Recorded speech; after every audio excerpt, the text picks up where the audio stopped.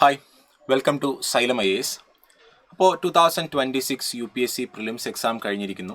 അപ്പോൾ പൊതുവിലുള്ള അഭിപ്രായം എന്ന് പറയുന്നത് ബുദ്ധിമുട്ടുള്ളൊരു ക്വസ്റ്റ്യൻ പേപ്പർ തന്നെയാണ്, പ്രത്യേകിച്ച് GS1 എന്ന് പറയുന്ന ആ പേപ്പർ. അപ്പോൾ അതിനകത്ത് നമ്മൾ സാധാരണ കൺവെൻഷനലി കാണുന്നത് എക്കണോമി, പോളിറ്റി, ജോഗ്രഫി തുടങ്ങിയ കോർ ടോപ്പിക്സ് നിന്ന് കൂടുതൽ ക്വസ്റ്റ്യൻസ് വരുന്നതാണ്. പക്ഷേ ഇതിന്ന് ഇത്തവണ നോക്കുമ്പോൾ അതിൽ നിന്നുള്ള നമ്പർ ഓഫ് ക്വസ്റ്റ്യൻസ് മുൻവർഷങ്ങൾ അപേക്ഷിച്ച് നോക്കുമ്പോൾ വളരെ കുറവാണ്. എന്നാൽ ഹിസ്റ്ററിയിൽ നിന്ന് കൂടുതൽ ക്വസ്റ്റ്യൻസ് വന്നിട്ടുണ്ട്. മാത്രമല്ല, ക്വസ്റ്റ്യൻസിൻ്റെ ലെങ്ത് വളരെ കൂടുതലാണ്, വായിച്ചെടുക്കാൻ നമുക്ക് കൂടുതൽ സമയമെടുത്തു. അപ്പോൾ കൂടുതൽ കുട്ടികൾ പാനിക്കായി. അത്തരത്തിലുള്ള ഒരുപാട് ഇഷ്യൂസ്, ഒരുപാട് പ്രശ്നങ്ങൾ ഈ വർഷത്തെ പേപ്പറിനെ പറ്റി പറയുന്നുണ്ട്. ഉറപ്പായിട്ടും കുറച്ച് ബുദ്ധിമുട്ടുള്ള ക്വസ്റ്റ്യൻ പേപ്പർ തന്നെയാണ്, നമുക്ക് യാതൊരു സംശയമില്ല. കാരണം മുൻവർഷങ്ങൾ അപേക്ഷിച്ച് നോക്കുമ്പോൾ ഒരു പാറ്റേൺ ചേഞ്ച് ആയിട്ടുള്ള ഒരു വർഷമാണ്, വലിയ രീതിയിലുള്ള ഒരു പാറ്റേൺ ചേഞ്ച് ആയിട്ടുള്ള വർഷമാണ്. പക്ഷേ എന്നിരുന്നാലും നമ്മുടെ എക്കണോമിയുടെ ഭാഗത്തോട്ട് വരുന്ന സമയത്ത് കമ്പാരിറ്റീവ്ലി മറ്റ് സബ്ജക്റ്റുകളായിട്ട് കമ്പയർ ചെയ്യുമ്പോൾ എല്ലാം തന്നെ ബുദ്ധിമുട്ടുള്ള ക്വസ്റ്റ്യൻസ് അല്ല, ഡൂവബിൾ ആയിട്ടുള്ള, അതിൽ ചെയ്യാൻ പറ്റുന്ന ക്വസ്റ്റ്യൻസ് ഉണ്ട്. മറ്റ് സബ്ജക്റ്റുകളായിട്ട് കമ്പയർ ചെയ്യുമ്പോൾ കുറച്ചും കൂടി ചെയ്യാൻ എളുപ്പത്തിലുള്ള ക്വസ്റ്റ്യൻസ് ഉള്ളൊരു ഏരിയ ആയിരുന്നു എക്കണോമിക്സ് എന്ന് പറയുന്നത്. പക്ഷേ സാധാരണ ഒരു 16-18 ക്വസ്റ്റ്യൻസ് ഒക്കെ ആവറേജ് അതിൽ നിന്ന് വരുന്നതാണ്. പക്ഷേ ഇത്തവണത്തെ ക്വസ്റ്റ്യൻ പേപ്പർ നോക്കിക്കഴിഞ്ഞാൽ ആവറേജിന് താഴെ നമ്പർ ഓഫ് ക്വസ്റ്റ്യൻസേ എക്കണോമിയിൽ നിന്ന് വന്നിട്ടുള്ളൂ. ഒരു 14ഓളം ക്വസ്റ്റ്യൻസ് മാത്രമേ എക്കണോമിക്സിൽ നമുക്ക് കാണാൻ വേണ്ടി പറ്റത്തുള്ളൂ. അതിൽ തന്നെ മോഡറേറ്റ്, ടഫ്, ഈസി ക്വസ്റ്റ്യൻസ് ഉണ്ടായിരുന്നു. നമുക്ക് ഓരോ ക്വസ്റ്റ്യൻസിൻ്റെയും ഡിഫിക്കൽട്ടി ലെവൽ നോക്കാം. അതുപോലെ തന്നെ അതിൻ്റെ ആൻസർ, എന്തുകൊണ്ട് ആ ക്വസ്റ്റ്യൻ ചോദിച്ചു എന്നുള്ള കാര്യം നമുക്ക് ഡിസ്കസ് ചെയ്യാം. അപ്പോൾ ഇതിൽ ആദ്യത്തെ ക്വസ്റ്റ്യൻ എന്ന് പറയുന്നത് ഒരു കൊമേഴ്സ് റവന്യൂ മോഡലിനെ പറ്റിയുള്ളൊരു ക്വസ്റ്റ്യൻ ആണ്. അപ്പോൾ ഇത് ആക്ച്വലി ഒരു ടഫ് ക്വസ്റ്റ്യൻ തന്നെയാണ്. ഒരു കൊമേഴ്സ് റവന്യൂ മോഡലിനെ പറ്റിയുള്ള ഒരു ക്വസ്റ്റ്യൻ ഒരു ടഫ് ക്വസ്റ്റ്യൻ തന്നെയാണ്. നമുക്ക് ഡിഫിക്കൽട്ടി ലെവൽ ഒരു മോഡറേറ്റ് ടു ടഫ് ലെവലുള്ള ക്വസ്റ്റ്യൻ തന്നെയാണ്. ഇതൊരു കറണ്ട് അഫയേഴ്സ് ക്വസ്റ്റ്യൻ. അപ്പോൾ ഇത്തവണത്തെ ക്വസ്റ്റ്യൻ പേപ്പറിൻ്റെ പ്രത്യേകത എന്ന് പറഞ്ഞാൽ വലിയ രീതിയിൽ കറണ്ട് അഫയേഴ്സ് ക്വസ്റ്റ്യൻസ് വന്നിട്ടുണ്ട്. ഞാൻ എല്ലാ തവണയും ക്ലാസ്സിൽ പറയുന്നതാണ്, നമ്മുടെ പ്രിലിംസ് എക്സ്ക്ലൂസീവിൽ പറഞ്ഞിട്ടുണ്ട്, പ്രിലിംസ് എക്സ്ട്രീമിൽ പറഞ്ഞു, നിങ്ങൾ കറണ്ട് അഫയേഴ്സ് നോക്കിയിട്ട് വേണം പോകാൻ. കറണ്ട് അഫയേഴ്സിൽ നിന്ന് ക്വസ്റ്റ്യൻസ് വരുന്നുണ്ട്, ക്വസ്റ്റ്യൻസ് എക്കണോമിക്സിന് വരാൻ സാധ്യതയുണ്ട്. അത് എല്ലാ വർഷവും വരുന്നത്. ഈ വർഷം അല്ലാതെ ഞാൻ ഈ ക്വസ്റ്റ്യൻ പേപ്പർ ഇങ്ങനെയായിരിക്കും എന്ന് മുൻകൂട്ടി മനസ്സിലാക്കി പറഞ്ഞതൊന്നുമല്ല. എല്ലാ തവണയും ഈ പറയുന്ന എക്കണോമിക്സിൽ നിന്ന് ക്വസ്റ്റ്യൻസ് വരുന്ന കറണ്ട് അഫയേഴ്സ് റിലേറ്റഡ് ക്വസ്റ്റ്യൻസ് തന്നെയാണ്. ഇത്തവണയും ഭൂരിഭാഗം ക്വസ്റ്റ്യൻസും കറണ്ട് അഫയേഴ്സ്. ഇനി മറ്റൊരു പ്രത്യേകത, നമ്മൾ സാധാരണ എക്കണോമിക്സിൽ നിന്ന് പഠിച്ചിട്ട് പോകുന്ന ഏരിയാസ് ഉണ്ടല്ലോ, monetary policy, fiscal policy, taxation, അങ്ങനത്തെ കുറേ ഏരിയ ഉണ്ടല്ലോ. അത് നമ്മൾ കൺവെൻഷനിൽ പഠിക്കുന്ന കുറേ കോൺസെപ്റ്റുകളുണ്ട്, അതിൽ നിന്ന് ക്വസ്റ്റ്യൻ വന്നിട്ടില്ല. പക്ഷേ എന്നാൽ ആ ഏരിയയിൽ നിന്നുള്ള എല്ലാം ഉള്ള കറണ്ട് അഫയേഴ്സ് ക്വസ്റ്റ്യൻസ് വന്നിട്ടുണ്ട്. അപ്പോൾ എന്തുകൊണ്ടൊരു ബുദ്ധിമുട്ടെന്ന് തോന്നുന്നു ചോദിച്ചു കഴിഞ്ഞാൽ ആക്ച്വലി കറണ്ട് അഫയേഴ്സ് ആണ്. പിന്നെ മറ്റൊന്ന്, നമ്മൾ സാധാരണ കാണുന്ന കോൺസെപ്റ്റുവൽ ചോദ്യങ്ങൾ ഡയറക്റ്റ് ചോദിച്ചില്ല എന്നുള്ളതാണ്. അപ്പോൾ ഈ ഒരു ഫസ്റ്റ് ക്വസ്റ്റ്യൻ എന്ന് പറയുന്ന ഒരു പ്യുവർ ആയിട്ടുള്ള കറണ്ട് അഫയേഴ്സ് ക്വസ്റ്റ്യൻ തന്നെയാണ്. കാരണം നമ്മുടെ അറിയാം, റീസെൻ്റ് ആയിട്ട് ഇന്ത്യയിൽ കൊമേഴ്സ് മേഖല ഒരു ബൂമിംഗ് സ്റ്റേജിലാണ്. ഒരുപാട് ആൾക്കാർ കൊമേഴ്സിലൂടെ ഇടപാടുകൾ നടത്തുന്നുണ്ട്. ആമസോൺ, ഫ്ലിപ്കാർട്ട് തുടങ്ങിയ ഒരുപാട് സ്ഥാപനങ്ങൾ, കൊമേഴ്സ് സ്ഥാപനങ്ങളുണ്ട്. ഗിഗ് എക്കണോമി നമ്മുടെ രാജ്യത്ത് വളരുന്നുണ്ട്. അതെല്ലാം കൊണ്ട് തന്നെ ഇത്തരത്തിലൊരു കൊമേഴ്സ് മോഡലിനെ പറ്റി ഗവൺമെൻറ് ചോദിച്ചു. പക്ഷെ ഇത്രയും ഡെപ്തിൽ നമ്മൾ നോക്കണമെന്ന് നിർബന്ധമില്ല. അപ്പോൾ എല്ലാവരും ഒരു നോക്കാൻ സാധ്യതയുള്ള ഒരു ഏരിയ അല്ല കൊമേഴ്സ് റവന്യൂ മോഡൽ എന്ന് പറയുന്നത്. അതുകൊണ്ട് തന്നെ ഒരു ഡിഫിക്കൽട്ടി ലെവൽ, ഒരു മോഡറേറ്റ് മുതൽ ഒരു ടഫ് ലെവലുള്ള ക്വസ്റ്റ്യൻ ആണ് നമുക്കിതെന്ന് പറയാം. ഈ ക്വസ്റ്റ്യൻ എന്താണെന്നുള്ള ആദ്യം നമുക്ക് വായിച്ചു നോക്കാം. കൊമേഴ്സ് റവന്യൂ മോഡൽ, ഒരു കൊമേഴ്സ് റവന്യൂ മോഡലിനെ പറ്റിയാണ് ചോദിച്ചിരിക്കുന്നത്. Where the seller has control over pricing but doesn't keep products in stock and instead transfers consumer order and shipping details to a third party supplier who then ships the goods directly to the consumer. ഇവിടെ പറയുന്ന എന്താണ് നോക്കിയേ. ഇവിടെ പറയുന്ന കാര്യം ഒന്ന് ശ്രദ്ധിച്ച് നോക്കിയാൽ, ആക്ച്വലി ഞാനൊരു ബയറാണ്. ഓക്കെ, ഞാൻ എന്ത് ചെയ്യുന്നു, ഒരു സാധനം വാങ്ങാൻ വേണ്ടി തയ്യാറായിരിക്കുന്ന ഒരാളാണ്, ഒരു ബയറാണ്. അപ്പം ഞാൻ എൻ്റെ ഫോണിൽ ഒരു കൊമേഴ്സ് സൈറ്റ് എടുത്തു. ഞാനൊരു ഉദാഹരണം പറയുകയാണ്. ഞാൻ എന്ത് ചെയ്തു, എൻ്റെ ഫോണിൽ ആമസോണോ ഫ്ലിപ്കാർട്ടോ എടുത്തിട്ട് ഞാൻ എന്ത് ചെയ്യുന്നു, ആമസോണിലോ അല്ലെങ്കിൽ ഫ്ലിപ്കാർട്ടിലോ എടുത്തിട്ട് ഞാൻ എന്ത് ചെയ്യുന്നു, ഒരു സാധനം ഓർഡർ ചെയ്യുകയാണ്. ഓർഡർ ചെയ്യുന്ന സമയത്ത് കൊമേഴ്സ് സൈറ്റിലൂടെ ഞാൻ ഓർഡർ ചെയ്യുന്നു. പക്ഷെ അവരുടെ കയ്യിൽ എന്ത് ചെയ്യില്ല, ആ ഒരു സാധനത്തിൻ്റെ സ്റ്റോക്ക് ഉണ്ടാവത്തില്ല. അവരെന്ത് ചെയ്യില്ല. അപ്പോൾ സെല്ലർ ഓൺ ഹോൾ സ്റ്റോക്ക്. അപ്പോൾ എനിക്ക് സെല്ല് ചെയ്യുന്നത് ആമസോൺ ആണ്. അപ്പോൾ ആമസോണിൻ്റെ കയ്യിൽ എന്തുണ്ടാവില്ല, പറയുന്ന പോലെ സ്റ്റോക്ക് ഉണ്ടാകില്ല. പകരം അവരെന്ത് ചെയ്യും, അവർ പറയുന്ന ഒരു തേർഡ് പാർട്ടീനെ സമീപിക്കും. ഒരു തേർഡ് പാർട്ടി അവരായിരിക്കും ഒരു സാധനം വിൽക്കുന്നത്. അവരുടെ കയ്യിൽ റെഡി ആയിട്ട് സ്റ്റോക്ക് ഉണ്ടാവത്തില്ല. പകരം ഒരു തേർഡ് പാർട്ടീനെ സമീപിക്കുന്നു. ആ തേർഡ് പാർട്ടിയുടെ കയ്യിൽ ബയ്യറുടെ ഡീറ്റെയിൽസും അഡ്രസ്സും തുടങ്ങിയ കാര്യങ്ങൾ കൊടുക്കുന്നു. ഈ തേർഡ് പാർട്ടി എന്ത് ചെയ്യുന്നു, ബയ്യർക്ക് ഈ സാധനം സെല്ല് ചെയ്യുന്നു. അപ്പോൾ തേർഡ് പാർട്ടി സെല്ലറിന് ഡീറ്റെയിൽസ് കൊടുക്കുമ്പോൾ സെല്ല് ചെയ്യുന്നു. ഇനി ഇതിൻ്റെ പ്രൈസ് മറ്റു കാര്യങ്ങളെല്ലാം തന്നെ ആമസോണിന് തന്നെയായിരിക്കും കൺട്രോൾ. അല്ലെങ്കിൽ ഈ ഒരു ഇ കൊമേഴ്സ് സ്ഥാപനത്തിന് ഒരു ഉദാഹരണം പറഞ്ഞാണ് കേട്ടോ, ഇങ്ങനെ തന്നെ ആയിരിക്കും വർക്ക് ചെയ്യണമെന്നില്ല. പക്ഷെ ഞാൻ പറഞ്ഞൊരു ഈ ഒരു എക്സാമ്പിൾ അല്ലെങ്കിൽ ഈ ഒരു ക്വസ്റ്റ്യന് ബന്ധപ്പെട്ട ഉദാഹരണമാണ് ഞാൻ പറയുന്നത്. അപ്പോൾ നോക്കിയേ, an e-commerce revenue model where the seller has control over pricing. സെല്ലറിന് പ്രൈസിങ്ങിൻ്റെ മേൽ കൺട്രോൾ ഉണ്ട്. But doesn't keep the product in stock. അവരുടെ കയ്യിൽ ഇൻവെൻട്രി, അതായത് റെഡിലി അവൈലബിൾ ആയിട്ടുള്ള ഇൻവെൻട്രി ഉണ്ടാകില്ല. പകരം അവരെന്ത് ചെയ്യുന്നു, ഈ കൺസ്യൂമറുടെ ഓർഡർ ഒരു തേർഡ് പാർട്ടി സെല്ലറുടെ കയ്യിലോട്ട് കൊടുക്കുന്നു. ആ തേർഡ് പാർട്ടി സെല്ലറാണ് ആ സാധനം കൺസ്യൂമറിന് ഡെലിവറി ചെയ്യുന്നത്. ഇത്തരത്തിലുള്ള ഒരു ഇ കൊമേഴ്സ് റവന്യൂ മോഡലിനെ വിളിക്കുന്ന പേരെന്താണ്? അതിനെയാണ് ഡ്രോപ്പ് ഷിപ്പിംഗ് മോഡൽ എന്ന് പറയുന്നത്. അപ്പോൾ അതിനെ വിളിക്കുന്ന പേരാണ് ഡ്രോപ്പ് ഷിപ്പിംഗ് മോഡൽ. ഞാൻ പറഞ്ഞ പോലെ തന്നെ ഇതെല്ലാവർക്കും അറിയണമെന്ന് നിർബന്ധമില്ല. അപ്പോൾ അതുകൊണ്ട് തന്നെ ഒരു ഡിഫിക്കൽട്ടി ലെവൽ കൂടിയൊരു ക്വസ്റ്റ്യൻ ആണ്. അപ്പോൾ ഇതിൻ്റെ ഒരു പ്രത്യേകത എന്ന് പറയുന്നത്, നമ്മുടെ ഇ കൊമേഴ്സ് മോഡലുകളെ പറ്റി കൂടുതലായിട്ട് കറണ്ട് അഫയേഴ്സിൽ നോക്കിയിട്ടുണ്ടെങ്കിൽ നിങ്ങൾക്ക് ഇത് ആൻസർ ചെയ്യാൻ പറ്റും. അപ്പോൾ ഡ്രോപ്പ് ഷിപ്പിംഗ് എന്നുകൊണ്ട് ഉദ്ദേശിക്കുന്നതെന്ന് വെച്ചാൽ ഇടനിലക്കാരെ പരമാവധി ഒഴിവാക്കിയിട്ട് നേരിട്ട് കൺസ്യൂമറിലേക്ക് സാധനം എത്തിക്കുക എന്നുള്ളതാണ് ഇതിൻ്റെ പ്രധാനപ്പെട്ട ഉദ്ദേശം.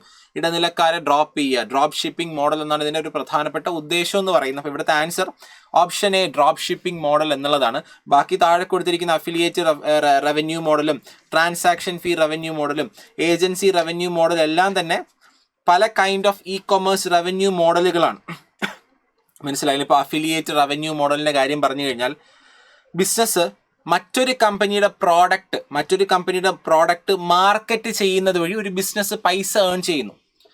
വേറൊരു കമ്പനിയുടെ പ്രോഡക്റ്റ് ഞാൻ മാർക്കറ്റ് ചെയ്യുന്നത് വഴി, ഇപ്പോൾ ഞാനൊരു വെബ്സൈറ്റ് ഉണ്ട്, ആ വെബ്സൈറ്റിനകത്ത് ഇപ്പോൾ എന്ത് ചെയ്യുന്നുണ്ട്, ഏറ്റവും ബെസ്റ്റ് ഷൂസ് അല്ലെങ്കിൽ ബെസ്റ്റ് വസ്ത്രങ്ങൾ എന്നൊക്കെ പറഞ്ഞ് ഞാൻ മാർക്കറ്റ് ചെയ്യുന്നു. അപ്പോൾ ആ ഒരു ലിങ്കിൽ ക്ലിക്ക് ചെയ്താൽ നേരെ ആമസോണിൻ്റെ വെബ്സൈറ്റിലോട്ട് പോകും. ആൾക്കാർക്ക് അത് ഇഷ്ടപ്പെട്ടു, അവരത് നേരിട്ട് മേടിക്കുന്നു. അപ്പോൾ ആമസോൺ നോക്കുമ്പോൾ ഞാനിങ്ങനെ ഒരു മാർക്കറ്റിംഗ് ചെയ്തത് വഴിയാണ് അവർ ആമസോണിൻ്റെ ലിങ്കിലോട്ട് പോയത്. അപ്പോൾ ആ ഒരു പ്രോഡക്റ്റ് മേടിച്ചത്. അപ്പോൾ എനിക്ക് എന്ത് ചെയ്യും, അതിനൊരു കമ്മീഷൻ പോലെ കിട്ടും. പറഞ്ഞാൽ മനസ്സിലായില്ല? Affiliate revenue model. അതായത് എനിക്കൊരു വെബ്സൈറ്റ് ഉണ്ട്, ആ വെബ്സൈറ്റിനകത്ത് ഞാൻ കുറേ കമ്പനീസിൻ്റെ ഡീറ്റെയിൽസും പ്രോഡക്ട്സിൻ്റെ ഡീറ്റെയിൽസും കൊടുക്കുന്നു. അതിനകത്ത് ആമസോണിൻ്റെ ലിങ്ക് കൊടുത്തിട്ടുണ്ട്. അത് ക്ലിക്ക് ചെയ്ത് നേരെ ആമസോണിൻ്റെ വെബ്സൈറ്റിലോട്ട് പോയി അവിടുന്ന് ഞാൻ ആ പ്രോഡക്റ്റ് മേടിച്ച് കഴിഞ്ഞാൽ, അല്ലെങ്കിൽ വേറൊരു ബയർ മേടിച്ച് കഴിഞ്ഞാൽ, ആമസോൺ നോക്കുമ്പോൾ ഈ ഒരു വെബ്സൈറ്റിൽ നിന്നാണ് ഈ ഒരു പ്രോഡക്റ്റിലോട്ട് ആൾ വന്നത്. അപ്പോൾ ഈ വെബ്സൈറ്റ് ഓണർക്ക് എന്ത് ചെയ്യും, അതിൻ്റെ ഒരു കമ്മീഷൻ അല്ലെങ്കിൽ അതിൻ്റെ ഒരു റവന്യൂ ഷെയറിങ് കൊടുക്കും. അതിനെയാണ് അഫിലിയേറ്റ് റവന്യൂ മോഡൽ എന്ന് പറയുന്നത്. അപ്പോൾ ഇതാണ് ഈ ഒരു കാര്യം. Then transaction fee revenue model എന്ന് പറയുന്നത് മറ്റൊരു കൈൻഡ് ഓഫ് മോഡലാണ്. അതായത് ബയേഴ്സും സെല്ലേഴ്സും ഒരു പ്ലാറ്റ്ഫോമിലൂടെ, ഒരു ബയറും സെല്ലറും ഒരു പ്ലാറ്റ്ഫോമിലൂടെ ഒരു സാധനം സെല്ലർ ബയർക്ക് വിറ്റു. അപ്പോൾ ആ ഒരു പ്ലാറ്റ്ഫോമിലൂടെ വിൽക്കുന്നത് കൊണ്ട് ആ പ്ലാറ്റ്ഫോം ചെറിയൊരു ഫീ വാങ്ങുന്നു. അതാണ് ട്രാൻസാക്ഷൻ ഫീ റവന്യൂ മോഡൽ. ഇപ്പോൾ എനിക്കൊരു പ്ലാറ്റ്ഫോം ഉണ്ട്, ആ പ്ലാറ്റ്ഫോമിനകത്ത് ഒരാൾ വന്ന് അയാളുടെ സാധനം വിൽക്കുന്നു, അവിടെ വേറൊരാൾ വന്ന് ആ സാധനം മേടിക്കുന്നു. ആ പ്ലാറ്റ്ഫോം എൻ്റെതായതുകൊണ്ട് തന്നെ ആ പ്ലാറ്റ്ഫോമിലൂടെയാണ് ഇവർ ഈ ഒരു ട്രാൻസാക്ഷൻ നടത്തിയതുകൊണ്ട് ഞാൻ എന്ത് ചെയ്തു, ട്രാൻസാക്ഷൻ ഫീസ് മീൻസ് അതിൻ്റെ ഒരു ചെറിയ ഫീസ് ഞാൻ മേടിച്ചു. അതാണ് ട്രാൻസാക്ഷൻ ഫീ റവന്യൂ മോഡൽ എന്ന് പറയുന്നത്. മറ്റൊന്ന് ഏജൻസി റവന്യൂ മോഡൽ എന്ന് പറയുമ്പോൾ സർവീസ് ബേസ്ഡ് ബിസിനസ്സുകൾ, സേവനങ്ങൾ കൊടുക്കുന്ന, ഇപ്പോൾ ഏജൻസി സർവീസ്, ഇപ്പോൾ അത്തരത്തിലുള്ള സർവീസ് കൊടുക്കുന്ന സ്ഥാപനങ്ങൾക്ക് ഉള്ള ഒരു ഇ കൊമേഴ്സ് മോഡലാണ് ഏജൻസി റവന്യൂ മോഡൽ എന്ന് പറയുന്നത്. ഓക്കെ, അപ്പോൾ ഇങ്ങനെ 4 kind of e commerce revenue models ആണ് പ്രധാനമായിട്ടുള്ളത്. ഇതൊരു ഡിഫിക്കൽട്ടി ലെവൽ കൂടിയൊരു ക്വസ്റ്റ്യൻ ആണ്. എല്ലാവർക്കും എഴുതാൻ പറ്റണമെന്ന് നിർബന്ധമില്ല. ഇൻഡെപ്ത് ആയിട്ട് ഇതിനെപ്പറ്റി നോക്കിയാൽ മാത്രമേ നമുക്ക് ഇതിൻ്റെ ആൻസർ എഴുതാൻ വേണ്ടി പറ്റത്തുള്ളൂ. ഇനി നമുക്ക് എന്തായാലും രണ്ടാമത്തെ ക്വസ്റ്റ്യനിലോട്ട് പോയി കഴിഞ്ഞാൽ, രണ്ടാമത്തെ ക്വസ്റ്റ്യൻ എന്ന് പറയുന്നത് ആക്ച്വലി നമ്മുടെ പ്രിലിംസ് എക്സ്ക്ലൂസീവ് ഉണ്ടല്ലോ, അതായത് നമ്മുടെ പ്രിലിംസ് റിവിഷൻ സീരീസ് ഉണ്ട്, ഓഫ്ലൈൻ ആയിട്ടുള്ള പ്രിലിംസ് എക്സ്ക്ലൂസീവ് നടത്തിയപ്പോൾ പ്രിലിംസ് എക്സ്ക്ലൂസീവിൽ കൃത്യമായിട്ട് നമ്മൾ ക്ലാസ്സിൽ പഠിപ്പിച്ച ഒരു ഏരിയയാണ് ഇതെന്ന് പറയുന്നത്. എക്സ്ക്ലൂസീവ് നിങ്ങൾ ഓൺലൈനായിട്ട് കണ്ടിട്ടുള്ള ആൾക്കാർക്കാണെങ്കിൽ അറിയാൻ പറ്റും. നമ്മൾ കൃത്യമായിട്ട് ആ നോട്ട് ഞാനിവിടെ കൊടുത്തിട്ടുണ്ട്. പ്രിലിംസ് എക്സ്ക്ലൂസീവിൽ കൊടുത്തിട്ടുള്ള പഠിപ്പിച്ച നോട്ട്സ് ഇവിടെ കൊടുത്തിട്ടുണ്ട്. അതല്ല, ആ എക്സ്ക്ലൂസീവ് അറ്റൻഡ് ചെയ്തില്ല, പക്ഷേ നിങ്ങൾ കറണ്ട് അഫയേഴ്സ് വായിച്ച ഒരാളാണെന്നുണ്ടെങ്കിൽ നിങ്ങൾക്ക് കൃത്യമായിട്ടും ഇതിൻ്റെ ആൻസർ ചെയ്യാൻ പറ്റും. ഇത് വലിയ ബുദ്ധിമുട്ടുള്ള ക്വസ്റ്റ്യൻ ഒന്നും അല്ല. കാരണം ഇത് ക്വസ്റ്റ്യൻ വായിക്കുമ്പോൾ തന്നെ നമുക്ക് ഇവിടെ ആൻസർ ചെയ്യാൻ വേണ്ടി പറ്റും. അപ്പോൾ ഇവിടെ ക്വസ്റ്റ്യൻ എന്താണെന്ന് നോക്കാം. Which one of the following correctly represents 3 key sub-indices of Financial Inclusion Index of Reserve Bank of India. Reserve Bank of ഇന്ത്യയുടെ ഒരു ഫിനാൻഷ്യൽ ഇൻക്ലൂഷൻ ഇൻഡെക്സ് ഉണ്ട്. അതിനെപ്പറ്റി നമ്മൾ ഓൾറെഡി ക്ലാസ്സിൽ ഡിസ്കസ് ചെയ്തു. ഫിനാൻഷ്യൽ ഇൻക്ലൂഷൻ ഇൻഡെക്സ്, അതിൻ്റെ അകത്തുള്ള ഈ ഒരു ഫിനാൻഷ്യൽ ഇൻക്ലൂഷൻ ഇൻഡെക്സ് തയ്യാറാക്കുന്ന സമയത്ത് 3 പാരാമീറ്റേഴ്സ് അല്ലെങ്കിൽ 3 സബ് ഇൻഡെക്സ് അവിടെ RBI ഉപയോഗിക്കാറുണ്ട്. 3 മാനദണ്ഡങ്ങൾ. ആ 3 മാനദണ്ഡങ്ങൾ ഉപയോഗിച്ചിട്ടാണ് നമ്മുടെ രാജ്യത്ത് ഫിനാൻഷ്യൽ ഇൻക്ലൂഷൻ പ്രോപ്പർ ആയിട്ടാണോ നടക്കുന്നത്, ഫിനാൻഷ്യൽ ഇൻക്ലൂഷനിൽ നമ്മുടെ രാജ്യത്തിന്റെ സ്കോർ എന്താണ് എന്ന് RBI പുറത്തുവിടുന്ന ഒരു സൂചികയാണ് ഫിനാൻഷ്യൽ ഇൻക്ലൂഷൻ ഇൻഡെക്സ് എന്ന് പറയുന്നത്. അപ്പോൾ താഴെ കൊടുത്തിട്ടുള്ള 4 ഓപ്ഷൻസിലും ഏതാണ് ഈ ഫിനാൻഷ്യൽ ഇൻക്ലൂഷൻ ഇൻഡെക്സിനകത്തുള്ള 3 സബ് ഇൻഡെക്സസ് എന്നാണ് ചോദ്യം. 1 credit access, insurance depth and pension coverage. അതൊന്നും അല്ല, നമുക്ക് ഉറപ്പായിട്ടും അറിയാം. കാരണം നമ്മുടെ രാജ്യത്ത് ബാങ്കിങ് സേവനങ്ങൾ ജനങ്ങൾക്ക് ലഭ്യമാകുന്നുണ്ടോ, ജനങ്ങൾ എല്ലാവരും ബാങ്കിങ്ങിന്റെ പരിധിയിൽ വരുന്നുണ്ടോ, മാത്രമല്ല ഈ ബാങ്കിങ് സേവനങ്ങൾ ജനങ്ങൾ കൃത്യമായിട്ട് യൂസ് ചെയ്യുന്നുണ്ടോ തുടങ്ങിയ കാര്യങ്ങളൊക്കെയാണ് ഫിനാൻഷ്യൽ ഇൻക്ലൂഷനകത്ത് നമ്മൾ മെഷർ ചെയ്യുന്നത്. അപ്പോൾ അതിനകത്ത് ക്രെഡിറ്റ് ആക്സസ് വേണമെങ്കിൽ പറയാം, പക്ഷെ എന്നിരുന്നാലും അടുത്ത് ഇൻഷുറൻസ് ഡെപ്ത്, പെൻഷൻ കവറേജ് അതൊക്കെ അതിനകത്ത് ഉൾപ്പെടുത്താൻ പറ്റുന്നതാണോ? പറ്റുന്നതല്ല. ജനങ്ങളുടെ ഭാഗം ഫിനാൻഷ്യൽ ഇൻക്ലൂഷൻ ആണ് നമ്മളിവിടെ നോക്കുന്നത്. മറ്റൊന്ന് ബാങ്കിങ് ആക്സസ്. ഓക്കെ, അടുത്ത് GDP contribution and financial literacy. GDP കോൺട്രിബ്യൂഷനൊക്കെ ഒരു ഫിനാൻഷ്യൽ ഇൻക്ലൂഷനകത്ത് വരാൻ സാധ്യതയുള്ളതാണോ? അല്ല. GDP കോൺട്രിബ്യൂഷൻ വെച്ചിട്ടാണോ നമ്മൾ ഫിനാൻഷ്യൽ ഇൻക്ലൂഷൻ ഇൻഡെക്സ് തയ്യാറാക്കുന്നതല്ല. Then access, affordability and transparency. അത് വേണമെങ്കിൽ വരാം. Affordability, accessibility, yes. അഫോർഡബിലിറ്റി, പക്ഷെ നമുക്കറിയാം ബാങ്കിങ് എന്ന് പറയുന്ന സേവനം ഒരുവിധം എല്ലാവർക്കും തന്നെ അഫോർഡബിൾ ആണ്, അല്ലേ? അപ്പോൾ ആ ഒരു അഫോർഡബിലിറ്റി ഒരു പ്രധാനപ്പെട്ട ഇൻഡെക്സ് ആയിട്ട് എടുത്ത് കൊണ്ടുവയ്ക്കേണ്ട ആവശ്യമുണ്ടോ? ബാങ്കിങ് സർവീസ് എന്ന് പറയുന്ന ഒരുവിധം സീറോ കോസ്റ്റിൽ എല്ലാവർക്കും അഫോർഡബിൾ ആണ്. ബാങ്കിങ്ങിന് ഇപ്പോൾ ജൻധൻ അക്കൗണ്ടുകൾ, ഗവൺമെന്റിന്റെ ജൻധൻ യോജന പ്രകാരമുള്ള അക്കൗണ്ട് എന്ന് വെച്ചാൽ സീറോ ബാലൻസ് അക്കൗണ്ടാണ്. അവിടെ പ്രത്യേകിച്ച് ഫീസ്, നമ്മുടെ മിനിമം ബാലൻസ് ഒന്നും മെയിൻറ്റെയിൻ ചെയ്യേണ്ട ആവശ്യമില്ല. അപ്പോൾ അഫോർഡബിലിറ്റിയുടെ ഒരു ചോദ്യം ഇവിടെ വരുന്നില്ല. അത് പ്രത്യേകിച്ച് ചെക്ക് ചെയ്യേണ്ട ആവശ്യമുണ്ടോ? ജനങ്ങൾക്ക് ബാങ്ക് അക്കൗണ്ട് അഫോർഡബിൾ ആണോ? ഇല്ല. അപ്പം അതും വരില്ല. ഇവിടുത്തെ answer option C, access, usage and quality ആണ്. നോക്കി, കൃത്യമായിട്ട് നമ്മൾ ക്ലാസ്സിൽ പറയുന്നുണ്ട്. ക്ലാസ്സിലെ നോട്ട് തന്നെയാണ് ഈ സാധനം എന്ന് പറയുന്നത്. പ്രിലിംസ് എക്സ്ക്ലൂസീവിനകത്ത് നമ്മൾ ക്ലാസ്സിൽ പറഞ്ഞിട്ടുള്ളവരാണ്. ക്ലാസ് കണ്ടിട്ടുള്ളവരാണെങ്കിൽ കമൻറ്റിലിടുക. അപ്പം നിങ്ങൾക്ക് ഇത് ചെയ്യാൻ പറ്റിയോ എന്നുള്ള കാര്യം കമൻറ്റിലിടുക. അപ്പം നോക്കി, ഫിനാൻഷ്യൽ ഇൻക്ലൂഷൻ ഇൻഡെക്സ് എന്ന് പറയുന്നത് 0 to 100 സ്കെയിലാണ് മെഷർ ചെയ്യുന്ന പാരാമീറ്റേഴ്സ്. കണ്ടോ, ആക്സസ് 35% പോയിന്റ് ആക്സസിനാണ് കൊടുക്കുന്നത്. യൂസേജ്, ഇനി എല്ലാവർക്കും ആക്സസ് ചെയ്യാൻ പറ്റുന്നുണ്ടോ ബാങ്ക് അക്കൗണ്ട്? രണ്ടാമത്, എന്തുമാത്രം ആൾക്കാരെ ബാങ്ക് അക്കൗണ്ട് യൂസ് ചെയ്യുന്നുണ്ട്? Usage 45%. Then quality of banking service 20%. Published annually by Reserve Bank of India. Okay, അപ്പം നമ്മളിത് ക്ലാസ്സിൽ ഈ പറഞ്ഞപ്പോൾ ഫിനാൻഷ്യൽ ഇൻക്ലൂഷൻ ഇൻഡെക്സിൻ്റെ കാര്യം പറഞ്ഞപ്പോൾ അത് ഇൻക്രീസ് ചെയ്തിട്ടുണ്ട്. അതുപോലെ തന്നെ RBI ഒരു national strategy four financial inclusion ഒരു പുതിയ സ്ട്രാറ്റജി ലോഞ്ച് ചെയ്തു എന്നുള്ളത് 2025-30 ഒരു സ്ട്രാറ്റജി ലോഞ്ച് ചെയ്തു എന്നുള്ള കാര്യം പറഞ്ഞു. അതിനൊപ്പമാണ് ഫിനാൻഷ്യൽ ഇൻക്ലൂഷൻ ഇൻഡെക്സിൻ്റെ കാര്യം നമ്മൾ പറഞ്ഞത്. അപ്പോൾ ഈ ഒരു ക്വസ്റ്റ്യൻ നിങ്ങൾക്ക് എല്ലാവർക്കും ആൻസർ ചെയ്യാൻ പറ്റുന്ന ഒരു ചോദ്യമാണെന്നാണ് ഞാൻ വിശ്വസിക്കുന്നത്. ഓപ്ഷൻ സി ആണ്. ഒരു ഈസി ലെവൽ ക്വസ്റ്റ്യൻ ആണ്. നമുക്കിതെന്ന് വേണമെങ്കിൽ പറയാം. ക്ലാസ്സിലിരുന്നവർക്ക് അല്ലെങ്കിൽ കറണ്ട് അഫയേഴ്സ് നമ്മൾ ഇത് ഉറപ്പായിട്ടും വായിക്കാനുള്ളതാണ്. RBI ആയിട്ട് ബന്ധപ്പെട്ട കറണ്ട് അഫയേഴ്സ് ആകുമ്പോൾ നമ്മൾ ഉറപ്പായിട്ട് ഡയറക്റ്റ് ആയിട്ടുള്ള ഒരു കറണ്ട് അഫയേഴ്സ് ആണ്. മനസ്സിലായല്ലോ? ഡയറക്റ്റ് ആയിട്ടുള്ള ഒരു കറണ്ട് അഫയേഴ്സ് ആണ്. അതുകൊണ്ട് തന്നെ നിങ്ങൾക്ക് ഇത് എന്ത് ചെയ്യണം? അറിഞ്ഞിരിക്കണം. മിനിമം ഈ ഒരു കാര്യം അറിഞ്ഞിരിക്കണം, അല്ലേ? ബേസിക് ആയിട്ട് നമ്മൾ സീരിയസ് ആയിട്ടുള്ള ഒരു ആസ്പിറൻ്റ് ആണെങ്കിൽ ഈ ഒരു കാര്യം നമ്മൾ എന്ത് ചെയ്തിരിക്കണം, നോക്കിയിരിക്കണം. അപ്പോൾ ഒരു ഈസി ലെവൽ ക്വസ്റ്റ്യൻ ആണെന്നാണ് ഞാനിതിനെ കാറ്റഗറൈസ് ചെയ്യുക.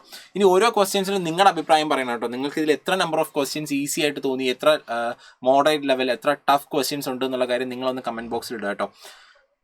നിങ്ങളുടെ ഈ ഒരു എക്സാമിൻ്റെ നിങ്ങളുടെ അനുഭവം എങ്ങനെ ഉണ്ടായിരുന്നു എക്സാം എഴുതിയ സമയത്ത് എന്നുള്ളതും കൂടെ ഇടുക. ഇനിയിപ്പോൾ എക്സാം എഴുതാത്ത ആൾക്കാരാണെങ്കിൽ, പുതിയ ആസ്പിറൻസ് ആണെങ്കിൽ നിങ്ങൾക്കിത് കണ്ടിട്ട് എന്ത് തോന്നി എന്നുള്ളതും കൂടി ഇടുക. Next question, which of the following best describes the key objective of India's open network for digital commerce initiative? മുന്നേ ബജറ്റിനകത്ത് ഇതുണ്ടായിരുന്നു. എല്ലാ തവണയും ന്യൂസുകൾ, ഇടയ്ക്കിടയ്ക്ക് ന്യൂസിൽ വരുന്ന ഒരു കാര്യമാണിത്.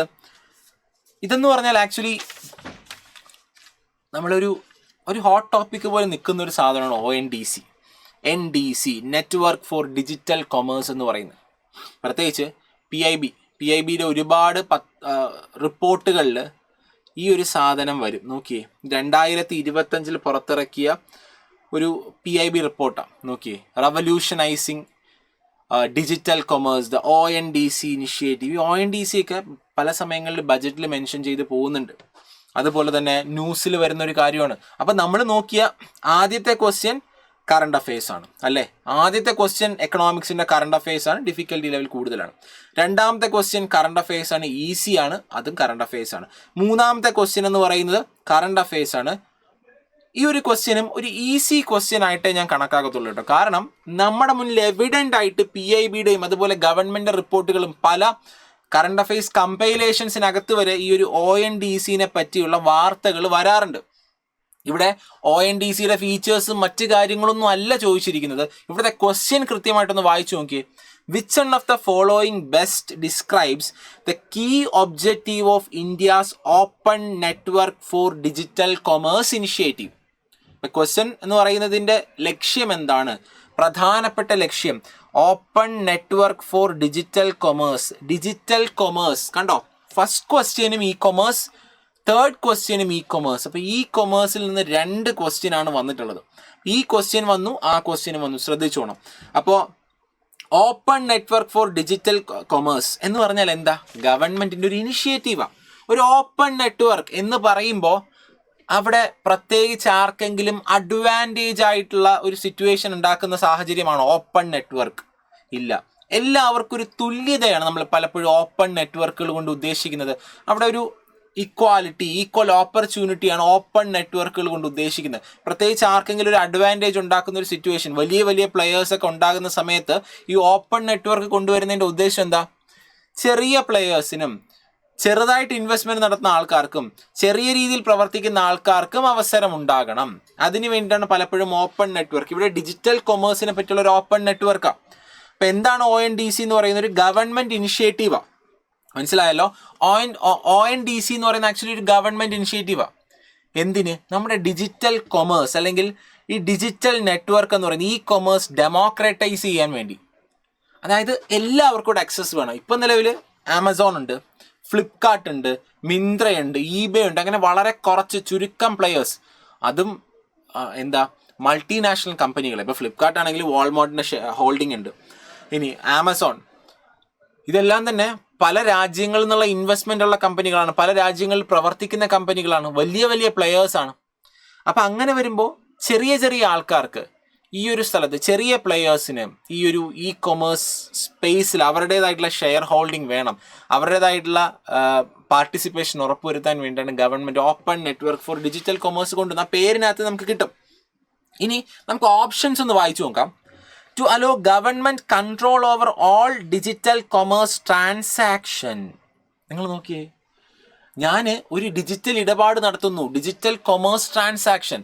ഒരു ഡിജിറ്റൽ ഇടപാട് നടത്തുമ്പോൾ ആ എല്ലാ ഇടപാടും, ഇന്ത്യക്കകത്തുള്ള എല്ലാ ഡിജിറ്റൽ ഇടപാടുകളുടെയും മേളിൽ ഗവൺമെൻറ് നിയന്ത്രണം കൊണ്ടുവരുന്നു. അങ്ങനത്തെ ഒരു സംഗതിയാണോ ഇത്? അല്ലെങ്കിൽ അത് പോസിബിളാണ്? എത്രത്തോളം അത് പോസിബിളാണ്? അല്ലെങ്കിൽ അത് ആക്ച്വലി ഇത് ചെയ്യുന്നത് അക്സെപ്റ്റ് ചെയ്യാൻ പറ്റുന്ന ഒരു കാര്യമാണെന്ന് തോന്നുന്നുണ്ട്. Open network for digital commerce എന്ന് പറയുന്ന ഒരു ഓപ്പൺ നെറ്റ്വർക്ക് ഉദ്ദേശിക്കുന്നത് ഗവൺമെൻറ്റിന് നമ്മൾ നടത്തുന്ന എല്ലാ ഡിജിറ്റൽ ഇടപാടുകളുടെയും മേൽ നിയന്ത്രണം ആണോ? അല്ല, അതെന്തായാലും ശരിയല്ല. To replace private e commerce players, അങ്ങനെ നിങ്ങൾ ചിന്തിക്കുന്നുണ്ടോ? ഗവൺമെൻറ് നാളെ വന്നിട്ട് ആമസോണിനോട് പോകാൻ പറയുന്നു, ഫ്ലിപ്കാർട്ടിനോട് പോകാൻ പറയുന്നു, നാളെ മുതൽ ഗവൺമെൻറ്റിൻ്റെ സ്ഥാപനം മതി, ഗവൺമെൻറ്റിൻ്റെ ഇ കൊമേഴ്സ് സ്ഥാപനം മതി. ഇല്ല. ഒന്നാമത് നമ്മുടെ ഗവൺമെൻറ് എന്ന് പറയുമ്പോൾ കൂടുതൽ പ്രൈവറ്റ് ഇൻവെസ്റ്റ്മെൻറ്റിനെ പ്രൊമോട്ട് ചെയ്യുന്ന ഒരു സ്ഥാപനമാണ്. കോർപ്പറേറ്റുകൾ കൂടുതൽ പ്രൊമോട്ട് ചെയ്യുന്നുണ്ട്. അതുകൊണ്ട് തന്നെ നാളെ വന്നിട്ട് ആമസോണോട് മോദിജി, നമ്മുടെ പ്രധാനമന്ത്രി എന്ത് ചെയ്യുന്നു, മറ്റു രാജ്യങ്ങളോട് പോയി ഇവിടെ ഇൻവെസ്റ്റ് ചെയ്യാനാണ് പറയുന്നത്, അല്ലാതെ ഇവിടുന്ന് പോകാൻ പറയുന്ന ഒരു സിറ്റുവേഷൻ നിങ്ങൾ തോന്നുന്നുണ്ടോ? ഗവൺമെൻറ് സ്റ്റാൻഡ് അങ്ങനെയാണോ? അല്ല. അപ്പോൾ to replace private e commerce players എന്ന് പറയുന്നത് തെറ്റാണത്. അത് ആദ്യമേ തെറ്റാണ്. ദെൻ ഡി വായിച്ചു നോക്കാം. To mandate UPI based payment for all online transactions. Government UPI promote ചെയ്യുന്നു, ഇല്ല നമുക്ക് പറയാൻ പറ്റില്ല. Government is promoting UPI.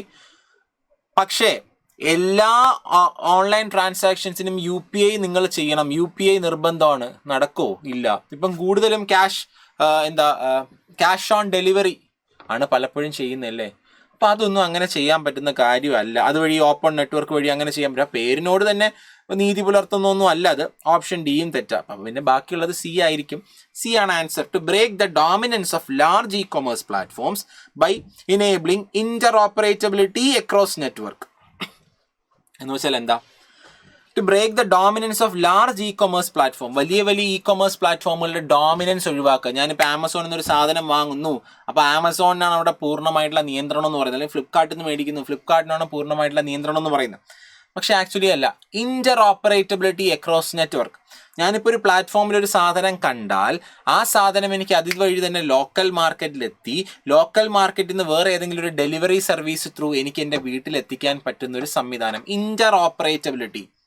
നമുക്ക് വേണമെങ്കിൽ പറയാം ONDC എന്ന് പറയുന്നത് നമ്മുടെ ഇ കൊമേഴ്സ് മേഖലയിലെ ഒരു UPI ആണെന്ന് പറയാം.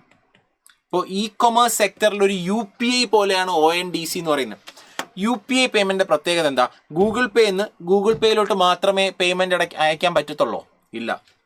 ഗൂഗിൾ പേന്ന് ഫോൺ പേയിലോട്ട് അയക്കാം, ഭീമിലോട്ട് അയക്കാം, ഇനി നമുക്ക് വേറെ എന്തിലോട്ട് അയക്കാം, പേടിഎമ്മിലോട്ട് അയക്കാം. ഏതൊരു ആപ്ലിക്കേഷനിലൂടെയും QR കോഡ് ഉണ്ടെങ്കിലോ അല്ലെങ്കിൽ നമ്മുടെ UPI ID ഉണ്ടെങ്കിലും നമുക്ക് പേയ്മെൻറ്റ് ചെയ്യാൻ പറ്റും. അതുപോലെ തന്നെയാണ് ONDC എന്ന് പറയുന്നത്. ഒരു ഇ കൊമേഴ്സ് മേഖലയിൽ ഒരു UPI ആണ് ONDC നമുക്ക് വേണമെങ്കിൽ പറയാം. കാരണം ആമസോണിൽ കയറി ആമസോണിനകത്തുള്ള കാര്യങ്ങൾ മാത്രമേ വാങ്ങാൻ പറ്റത്തുള്ളൂ എന്നില്ല. പകരം അവിടെ എന്താണ്? Inter ഓപ്പറേറ്റബിലിറ്റി.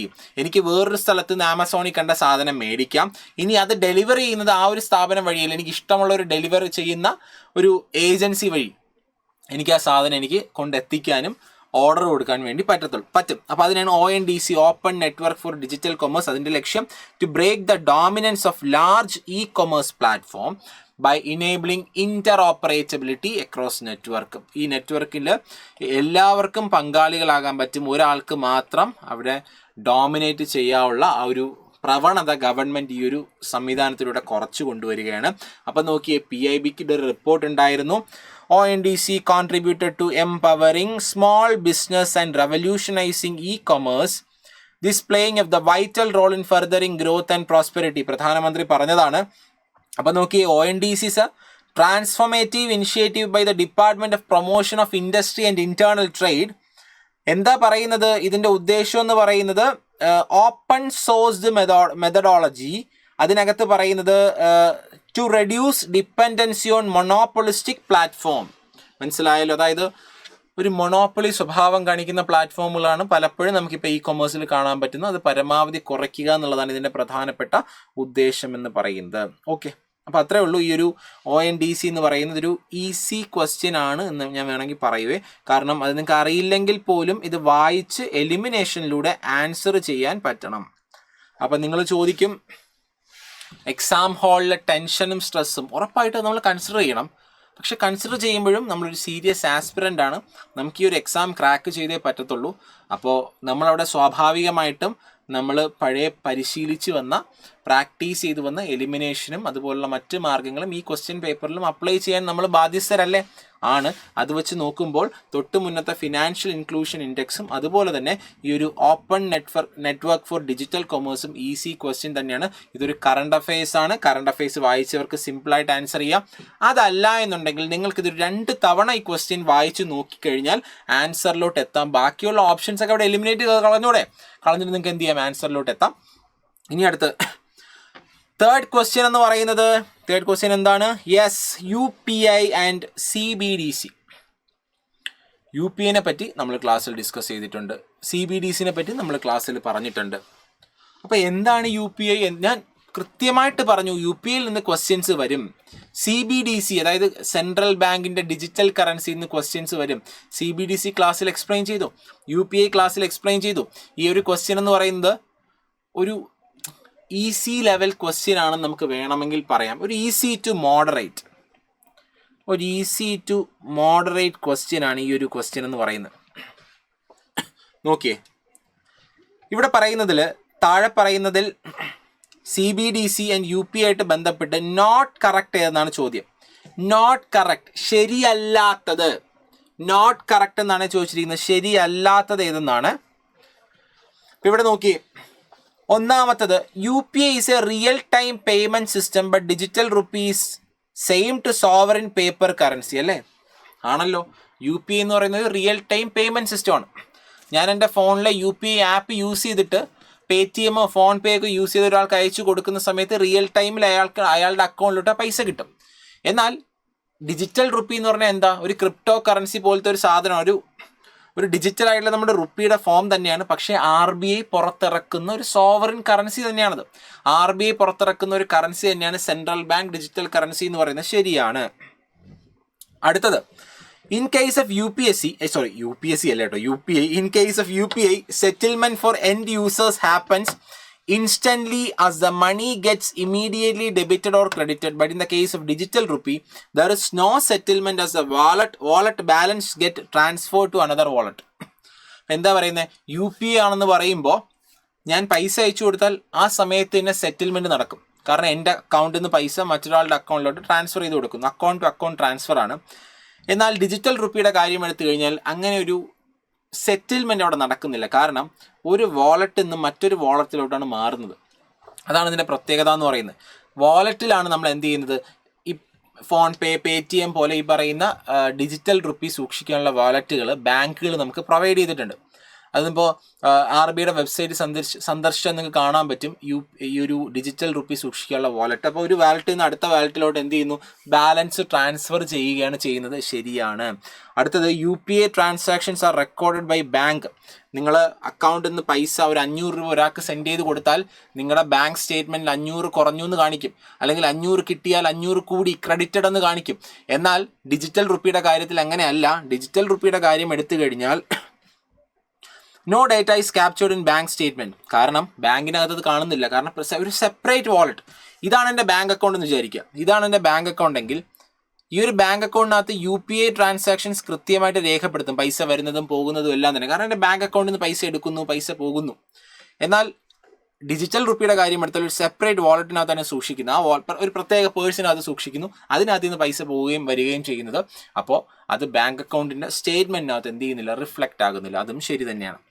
Last statement, in both the cases UPI and digital rupee, the liability lies with the users and their respective banks. Liability, ബാധ്യത എന്ന് പറയുന്നത് യൂസേഴ്സിനും അതത് ബാങ്കുകൾക്കുമാണ്. ഈ ഒരു സ്റ്റേറ്റ്മെൻ്റ് ആണ് സെയിം ടൈം ഈസിയും മോഡറേറ്റും ആക്കുന്നത്.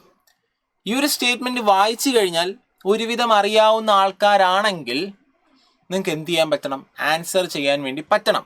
കാരണം നമുക്കറിയാം റുപ്പി നമ്മുടെ രാജ്യത്ത് പുറത്തിറക്കുന്ന കറൻസി എന്ന് പറയുന്നത് ആരുടെ ബാധ്യതയാണ്? കറൻസി എന്ന് പറയുന്നത് ആരുടെ ബാധ്യതയാണ്? കറൻസി എന്ന് പറയുന്നത് RBIയുടെ ബാധ്യതയാണ്. കറൻസി എന്ന് പറയുന്നത് നമ്മുടെ രാജ്യത്ത് പുറത്തിറക്കുന്ന പണം RBIയുടെ ലൈബിലിറ്റിയാണ്. ആ പണത്തിൽ തന്നെ എഴുതിയിട്ടുണ്ട് ആരുടെ ലൈബിലിറ്റിയാണ്? ബാധ്യത, RBIയുടെ ബാധ്യതയാണ് ആ പണം എന്ന് പറയുന്നത്. അപ്പോൾ പണത്തിൻ്റെ അതേ തുല്യ മൂല്യമുള്ള, അതേ മൂല്യവും അതേ പവറും ഉള്ള ഒരു കറൻസിയാണ് ഈ റുപ്പി, അല്ലെങ്കിൽ സെൻട്രൽ ബാങ്ക് ഡിജിറ്റൽ കറൻസി എന്ന് പറയുന്നത് ആണല്ലോ ഡിജിറ്റൽ റുപ്പി എന്ന് പറയുന്നത്. അപ്പോൾ ഡിജിറ്റൽ റുപ്പിക്കും നമ്മുടെ ഫിസിക്കൽ ക്യാഷിനും RBIയുടെ ലൈബിലിറ്റി തന്നെയാണത്. ഇപ്പോൾ എൻ്റെ കയ്യിലൊരു 100 രൂപയുണ്ട്. ആ 100 രൂപ എന്ന് പറയുന്നത് RBIയുടെ ബാധ്യതയാണ്. RBI is liable to pay the amount, അറിയാമല്ലോ, അതിൽ എഴുതിയിട്ടുണ്ട്. അപ്പോൾ കയ്യിലുള്ള 100 രൂപയുടെ അതേ തുല്യ മൂല്യം തന്നെയാണ് ഒരു ഡിജിറ്റൽ ആയിട്ടുള്ള 100 രൂപയ്ക്കുള്ളത്. അപ്പോൾ കയ്യിലുള്ള എൻ്റെ പേപ്പർ കറൻസി എന്ന് പറയുന്ന RBIയുടെ ബാധ്യതയാണെങ്കിൽ ആ ഡിജിറ്റൽ കറൻസിയും RBIയുടെ ബാധ്യത തന്നെയായിരിക്കും. മനസ്സിലായല്ലോ? അപ്പോൾ അതുകൊണ്ട് തന്നെ in both cases UPI and digital rupee, the liability lies with the user and their respective banks. ഈ ഒരു കാര്യം ഞാൻ പറഞ്ഞ ആ ഒരു രീതിയിൽ നിങ്ങൾ എന്ത് ചെയ്താ ചിന്തിച്ചു കഴിഞ്ഞാൽ ഈ ഒരു സ്റ്റേറ്റ്മെൻറ്റ് തെറ്റാണ്. പിന്നെ ബാക്കിയൊന്നും തന്നെ നോക്കേണ്ട ആവശ്യമേ ഇല്ല. 4ാമത്തെ ഓപ്ഷൻ തെറ്റാ. കാരണം ഡിജിറ്റൽ റുപ്പി എന്ന് പറയുന്ന ബാങ്കിൻ്റെയോ അല്ലെങ്കിൽ എൻ്റെയോ ബാധ്യതയല്ല. ഞാൻ അവിടെ എൻ്റെ കയ്യിലൊരു കുറച്ച് ഡിജിറ്റൽ റുപ്പി ഉണ്ട്, ആ ഡിജിറ്റൽ റുപ്പിക്ക് വാല്യൂ ഇല്ലാണ്ടായി. അല്ലെങ്കിൽ ബാങ്ക് കുറച്ച് ഡിജിറ്റൽ റുപ്പി ഹോൾഡ് ചെയ്യുന്നുണ്ട്, ആ ഡിജിറ്റൽ റുപ്പിക്ക് വാല്യൂ ഇല്ലാണ്ടായി. അത് ബാങ്കിൻ്റെയോ എൻ്റെയോ ബാധ്യതയല്ല, അത് RBIയുടെ ലൈബിലിറ്റിയാണ്. മനസ്സിലായല്ലോ? ഒരു കറൻസി എന്ന് പറയുന്ന RBIയുടെ ലൈബിലിറ്റിയാണ്, ബാങ്കുകളുടെ യൂസറുടെ ലൈബിലിറ്റി അല്ല. ഈ ഒരു പേഴ്സ്പെക്റ്റീവിൽ ചിന്തിച്ചു കഴിഞ്ഞാൽ നിങ്ങൾക്ക് ഈ ഒരു ഓപ്ഷൻ ഡി അങ്ങ് എലിമിനേറ്റ് ചെയ്ത് കളഞ്ഞ്, ഓപ്ഷൻ ഡി ആണ് തെറ്റെന്ന് മനസ്സിലാക്കി ബാക്കി എല്ലാം തന്നെ ആൻസർ അങ്ങ് ഒഴിവാക്കാം. അപ്പോൾ ഒരു ഈസി ലെവലായിട്ട് ചിന്തിക്കാൻ പറ്റും. പക്ഷേ ഞാൻ പറയുന്നു, എന്തുകൊണ്ട് അതൊരു മോഡറേറ്റ് ആയിട്ട് മാറുന്നു? നമ്മൾ എക്സാം ഹാളിലെ പ്രഷർ, ടെൻഷൻ തുടങ്ങിയ കാര്യങ്ങളെല്ലാം ലാസ്റ്റോളം, ഇപ്പോൾ എടുത്തു കഴിഞ്ഞാൽ അവസാനമൊക്കെ വരുന്നതാ. എന്നിരുന്നാലും മറ്റ് ക്വസ്റ്റ്യൻസുമായിട്ട് കമ്പയർ ചെയ്യുന്ന സമയത്ത് എളുപ്പത്തിലുള്ള ക്വസ്റ്റ്യൻ ആണ്. പക്ഷേ ആ ഒരു സാഹചര്യം പ്രഷർ, ടെൻഷൻ, നമ്മൾ എക്സാം ഹാളിൽ ഉള്ള അന്തരീക്ഷവും കൂടെ നമ്മൾ കണക്കാക്കണ്ടേ. അതുകൊണ്ട് തന്നെ ഒരു മോഡറേറ്റ് ലെവൽ ക്വസ്റ്റ്യൻ ആയിട്ട് നമുക്ക് എന്ത് ചെയ്യാം, ഈ ഒരു ക്വസ്റ്റ്യനെ കണക്കാക്കാം. ഒരു easy to moderate level question ആണ് ഇതെന്ന് പറയുന്നത്. പക്ഷേ നിങ്ങൾ പിന്നീട് എക്സാം ഹാളിൽ നിന്ന് ഇറങ്ങി ഒന്നും കൂടെ ഒന്ന് ആലോചിച്ച് നോക്കിയാൽ ഇതിന് ആൻസർ കിട്ടാവുന്നതേ ഉള്ളൂ. ആദ്യത്തെ 3 ശരിയാകുമ്പോൾ സ്വാഭാവികമായിട്ട് 4ാമത്തെ തെറ്റാണ്. ഇനി അത് തന്നെ ആ ഒരു സ്റ്റേറ്റ്മെൻറ്റ് ഒന്നും കൂടെ എടുത്ത് വായിച്ചാൽ RBIയുടെ ലൈബിലിറ്റിയാണ്, ബാങ്കുകളുടെ വ്യക്തികളുടെ ലൈബിലിറ്റി അല്ല. ഇനി UPIയുടെ കാര്യം എടുത്താലോ, UPI വ്യക്തികളുടെ ലൈബിലിറ്റി അല്ല, അതത് ബാങ്കിൻ്റെ ലൈബിലിറ്റിയാണ്. അത് RBIയുടെ ലൈബിലിറ്റി അല്ല, അതെന്ന് പറയുന്നത് ആ ബാങ്കിൻ്റെ ലൈബിലിറ്റിയാണ്. ഏതെന്ന് പറയുന്നത് UPI എന്ന് പറയുന്നത്. ഓക്കെ അല്ലേ? അപ്പോൾ അതാണ് ആ ഒരു ക്വസ്റ്റ്യൻ എന്ന് പറയുന്നത്. നെക്സ്റ്റ് ക്വസ്റ്റ്യൻ, അടുത്തത്. ഇതൊരു ഡിഫിക്കൽട്ടി ലെവൽ കൂടിയ ഒരു ടഫ് ക്വസ്റ്റ്യൻ ആണ് കേട്ടോ. നമ്മൾ എളുപ്പമൊന്നും പറയുന്നില്ല, ഒരു ടഫ് ക്വസ്റ്റ്യൻ തന്നെയാണ്. Which of the following statements about the real world assets tokenization are correct? അപ്പോൾ റിയൽ വേൾഡ് അസറ്റുകൾ നിങ്ങൾ കേട്ടിട്ടുണ്ടായിരിക്കുമല്ലോ. ഇപ്പോൾ നിങ്ങൾക്കിപ്പോൾ ഒരു ഉയർന്ന മൂല്യമുള്ളൊരു വസ്തു മേടിക്കണം, അല്ലെങ്കിൽ ഒരു വലിയ വീട്, ഒരു റിയൽ എസ്റ്റേറ്റ് അസറ്റ്, അല്ലെങ്കിൽ ഒരു വലിയ പെയിൻറ്റിങ്, ആൻറ്റിക് വാല്യൂ ഉള്ള എന്തെങ്കിലും വസ്തുക്കൾ, പ്രതിമ, അങ്ങനെ എന്തെങ്കിലും ശില്പങ്ങൾ, അങ്ങനെ എന്തെങ്കിലുമൊക്കെ മേടിക്കണമെങ്കിൽ അത് പൂർണ്ണമായിട്ടും വാങ്ങാൻ വലിയ കോടിക്കണക്കിന് രൂപയാകുമെന്ന് വിചാരിക്കുക. അങ്ങനെയാണെങ്കിൽ ആ വസ്തുക്കളെ നമുക്ക് ടോക്കൺസ് ആക്കി മാറ്റാം, ഡിജിറ്റൽ ടോക്കൺസ്. അപ്പോൾ ആക്ച്വലി എന്താ ഡിജിറ്റൽ ടോക്കൺസ് അല്ലെങ്കിൽ ടോക്കണൈസേഷൻ എന്ന് പറയുന്ന ടേം കൊണ്ട് ഉദ്ദേശിക്കുന്നത് എന്താ? ടോക്കണൈസേഷൻ എന്ന് പറഞ്ഞാൽ process of converting assets into digital tokens, അല്ലെങ്കിൽ ഡിജിറ്റൽ ഫോം. അസറ്റുകളെ, നമ്മുടെ കയ്യിലുള്ള അസറ്റുകളെ ഡിജിറ്റൽ രൂപത്തിലോട്ട് മാറ്റിക്കഴിഞ്ഞാൽ പ്രത്യേകത എന്താ? ആ ഒരു വസ്തു എനിക്ക് ഡിജിറ്റലായിട്ട് സ്റ്റോർ ചെയ്യാം, ഡിജിറ്റലായിട്ട് ഇതെനിക്ക് വിൽക്കാം. അപ്പോൾ അതിനും എനിക്ക് ഡിജിറ്റലായിട്ട് കൺട്രോൾ ഉണ്ട്. മനസ്സിലായല്ലോ? അതായത് എനിക്ക് അതുപയോഗിച്ച് എനിക്കൊരു റിയൽ വേൾഡിൽ വിൽക്കാം, അത് വാങ്ങാം, ട്രേഡ് ചെയ്യാം. മനസ്സിലായല്ലോ? അപ്പോൾ അതായത് ഒരു യഥാർത്ഥ വേൾഡ്, ഒരു റിയൽ വേൾഡ് അസറ്റ്, ഒരു വസ്തുവാകാം, ലാൻഡ് ആകാം, അതായത് റിയൽ എസ്റ്റേറ്റ് അസറ്റ് ആകാം, ഒരു ബിൽഡിംഗ് ആകാം, ഒരു പെയിൻറ്റിങ് ആകാം, ഒരു ശില്പമാകാം, ഉയർന്ന വാല്യൂ ഉള്ള എന്തെങ്കിലും വസ്തുവാകാം. ആ വസ്തുവിനെ ഒരു ഡിജിറ്റൽ ഫോമിലോട്ട് മാറ്റുന്നതിനെയാണ് ടോക്കണൈസേഷൻ. ഡിജിറ്റൽ ടോക്കണാക്കി മാറ്റുന്നതിനാണ് ടോക്കണൈസേഷൻ എന്ന് പറയുന്നത്. പൊതുവിൽ നമ്മുടെ ബ്ലോക്ക് ചെയിൻ ടെക്നോളജികളുണ്ടല്ലോ, ബ്ലോക്ക് ചെയിൻ ടെക്നോളജികളൊക്കെ ഉപയോഗിച്ചിട്ടാണ് എന്ത് ചെയ്യുന്നത്, ഇത്തരത്തിൽ ടോക്കണൈസേഷൻ നടത്തുന്നത്. ഒരു ക്രിപ്റ്റോ കറൻസി പോലത്തെ ഒരു മോഡൽ, അതാണ് സംഭവം എന്ന് പറയുന്നത്. അതായത് അത് ഡിജിറ്റൽ രൂപത്തിലാക്കി കഴിഞ്ഞാൽ അതെനിക്ക് വാങ്ങാം, അതിലെനിക്ക് ഇൻവെസ്റ്റ് ചെയ്യാം. ഒരു ഉദാഹരണം, ഒരു പെയിൻറ്റിങ്, ഏതെങ്കിലും ഒരു വേൾഡ് ഫേമസ് ആയിട്ടുള്ളൊരു പെയിൻറ്റിങ് ഉണ്ടെന്ന് വിചാരിക്കുക. ആ പെയിൻറ്റിങ് ഇത്ര കോടി രൂപ, ഇപ്പം മൊണാലിസയുടെ പെയിൻറ്റിങ് ഒരു ഇത്ര കോടി രൂപയ്ക്കുള്ളൊരു പെയിൻറ്റിങ് ആണെന്ന് വിചാരിക്കുക. ആ പെയിൻറ്റിങ് വിൽക്കാൻ പോവുകയാണെന്നുണ്ടെങ്കിൽ അതിനവരെന്ത് ചെയ്യും, ഡിജിറ്റൽ ടോക്കൺ ആക്കി മാറ്റും. ആ ടോക്കണിൻ്റെ ഒരു ഭാഗം ഷെയർ പോലെ എനിക്ക് മേടിക്കാം. അതായത് ആ പെയിൻറ്റിങ്ങിന് ഫുൾ കൺട്രോൾ എനിക്കല്ല, പക്ഷേ പെയിൻറ്റിങ്ങിൻ്റെ ഒരു ഭാഗം എനിക്ക് എന്തുണ്ട്, കൺട്രോൾ ഉണ്ട്, കാരണം അത് ഞാൻ മേടിച്ചിട്ടുണ്ട്. ഇപ്പം ഒരു അസറ്റ്, ഒരു റിയൽ എസ്റ്റേറ്റ് അസറ്റ്, അതിനെ റിയൽ വേൾഡിലെ അസറ്റ്, അതിനെ എന്ത് ചെയ്യുന്നു, ഡിജിറ്റലി ഒരു ടോക്കണാക്കി മാറ്റുന്നു, ടോക്കണുകളാക്കി മാറ്റുന്നു. ഇപ്പോൾ ഒരു അസറ്റിൻ്റെ വാല്യൂവിനെ പല പല പല ഭാഗങ്ങളാക്കി പല ടോക്കൺസ് ആക്കി മാറ്റുന്നു. ഓരോ ടോക്കൺസും എന്ത് ചെയ്യാം, ട്രേഡ് ചെയ്യാം. അതിലൊരു ടോക്കൺ ഞാൻ സ്വന്തമാക്കിയാൽ ഞാനൊരു അസറ്റിൽ ഇൻവെസ്റ്റ് ചെയ്തിട്ടുണ്ടെന്നാണ് അർത്ഥം. അപ്പോൾ റിയൽ വേൾഡ് അസറ്റിൻ്റെ ടോക്കണൈസേഷൻ എന്ന് പറഞ്ഞാൽ എന്താ, ഈ റിയൽ വേൾഡ് അസറ്റുകളെ ഡിജിറ്റൽ രൂപത്തിലോട്ട് മാറ്റി, ഈ പറയുന്ന ബ്ലോക്ക് ചെയിൻ ടെക്നോളജിയൊക്കെ ഉപയോഗിച്ച് ഡിജിറ്റൽ രൂപത്തിലോട്ട് മാറ്റി അതിൻ്റെ ഓണർഷിപ്പ്, കൺട്രോൾ, ട്രേഡിംഗ് എല്ലാം തന്നെ നടത്താൻ പറ്റുന്നതിനാണ് ടോക്കണൈസേഷൻ എന്ന് പറയുന്നത്. അപ്പോൾ which of the following statements about real world asset tokenisations are correct എന്ന് പറയുന്നത് ഇതും കറണ്ട് അഫയേഴ്സ് ആണ്. അപ്പോൾ വീണ്ടും കണ്ടോ, ഈ UPI central bank digital currency ഒരു കറണ്ട് അഫയേഴ്സ് ആണ്. അതുപോലെ തന്നെ നെക്സ്റ്റ് ക്വസ്റ്റ്യൻ ആയിട്ടുള്ള റിയൽ വേൾഡ് അസറ്റ് ടോക്കണൈസേഷനും ഒരു കറണ്ട് അഫയേഴ്സ് ആണ്. അപ്പോൾ tokenization is a process of turning real world asset into digital token using blockchain technology. ശരിയായിട്ടുള്ള സ്റ്റേറ്റ്മെൻ്റ് ആണ്. നമുക്ക് ബ്ലോക്ക് ചെയിൻ ടെക്നോളജി ഉപയോഗിച്ച് അതിനെ ഡിജിറ്റൽ ടോക്കണുകളാക്കി മാറ്റാമെന്നുള്ളത് ശരിയായിട്ടുള്ള സ്റ്റേറ്റ്മെൻ്റ് ആണ്. Tokenisation of real world asset offer 24/7 access promoting financial inclusion. അതായത് എൻ്റെ bank അക്കൗണ്ടിൽ പൈസ ഉണ്ടെന്നുണ്ടെങ്കിൽ എനിക്ക് ഒരു ഏത് സമയത്തും പൈസ ട്രാൻസ്ഫർ ചെയ്ത് കൊടുത്തിട്ട് എനിക്ക് എന്ത് ചെയ്യാൻ പറ്റും, ഈ 24/7 ഈ ഒരു സാധനം മേടിക്കാം, അത് വിൽക്കാം, വാങ്ങാം, തുടങ്ങിയ കാര്യങ്ങൾ ചെയ്യാം. പ്രൊമോട്ടിംഗ് ഫിനാൻഷ്യൽ ഇൻക്ലൂഷൻ അങ്ങനെയൊക്കെ പറയുമ്പോൾ നമുക്ക് സ്വാഭാവികമായിട്ടും എക്സാം ഹാളിൽ ഇരുന്നിട്ട് ഇതൊക്കെ എങ്ങനെയാണ് ഫിനാൻഷ്യൽ ഇൻക്ലൂഷൻ പ്രൊമോട്ട് ചെയ്യുന്നതെന്നൊക്കെ ഒരു തോന്നലുണ്ടാവും. സിമ്പിളായിട്ട് പറഞ്ഞു കഴിഞ്ഞാൽ അതിനകത്ത് ഉദ്ദേശിക്കുന്നത് ഇപ്പോൾ ഇന്ത്യക്കാരായിട്ടുള്ള ഒരാൾക്ക്, ഒരു നാട്ടും പുറത്തുള്ള ഒരാൾക്ക് അമേരിക്കയിലൊന്നും പോകാം, അമേരിക്കയിലൊന്നും പോകാത്ത ഒരാൾ, പക്ഷേ പൈസയുള്ള ഒരാളാണ്, അദ്ദേഹത്തിന് വലിയ രീതിയിലുള്ള ഇൻവെസ്റ്റ്മെൻറ്റുകൾ നടത്തണമെന്നുണ്ടെങ്കിൽ ഓൺലൈനായിട്ട് ഇപ്പോൾ മൊണാലിസയുടെ പെയിൻറ്റിങ് വിൽക്കാൻ വെച്ചിരിക്കുന്നു. അതിൻ്റെ ഒരു ടോക്കൺ ഇദ്ദേഹത്തിന് വാങ്ങാം. ഹൈ വാല്യൂ ഉള്ളൊരു അസറ്റ്, ഓൺലൈനായിട്ടൊരു മൊബൈൽ ഫോണും ഈ ഒരു ട്രേഡ് ചെയ്യാനുള്ള ഒരു അക്കൗണ്ട് ഉണ്ടെങ്കിൽ നമുക്ക് എന്ത് ചെയ്യാൻ പറ്റും? ഡിജിറ്റലി അദ്ദേഹത്തിന് വാങ്ങാൻ പറ്റും. ഫിനാൻഷ്യൽ ഇൻക്ലൂഷൻ, ലോകത്തിൻ്റെ ഏതൊരു കോണിൽ നിന്നും ഏതൊരാൾക്കും ഹൈ വാല്യൂ ഉള്ള അസറ്റുകളുടെ മേൽ ഇൻവെസ്റ്റ് ചെയ്യാൻ പറ്റും. മനസ്സിലായല്ലോ? അപ്പോൾ അതിനെയാണ് റിയൽ വേൾഡ് അസറ്റുകളുടെ ടോക്കണൈസേഷൻ എന്ന് പറയുന്നത്. അതുവഴി ഫിനാൻഷ്യൽ ഇൻക്ലൂഷൻ പ്രൊമോട്ട് ചെയ്യുന്നു. ഏതൊരാൾക്കും ഇതിൽ ഇൻവെസ്റ്റ്മെൻറ്റ് നടത്താൻ വേണ്ടി പോസിബിൾ ആണ്. ക്ലിയർ അല്ലേ? അപ്പോൾ ആ ഒരു സെൻസിലാണ് അത് ഉദ്ദേശിക്കുന്നത്. നമുക്കത് ശരിയാകാനുള്ള സാധ്യത, ശരിയാക്കിയിട്ടുള്ള ആൾക്കാരുണ്ടാവും കേട്ടോ, പക്ഷേ അതിൽ കൂടുതൽ ആൾക്കാർക്കും അത് ശരിയാക്കാനുള്ള സാധ്യതയില്ല. Then tokenization of real world asset will allow the access to high growth investment opportunity for individuals in India. അല്ലേ?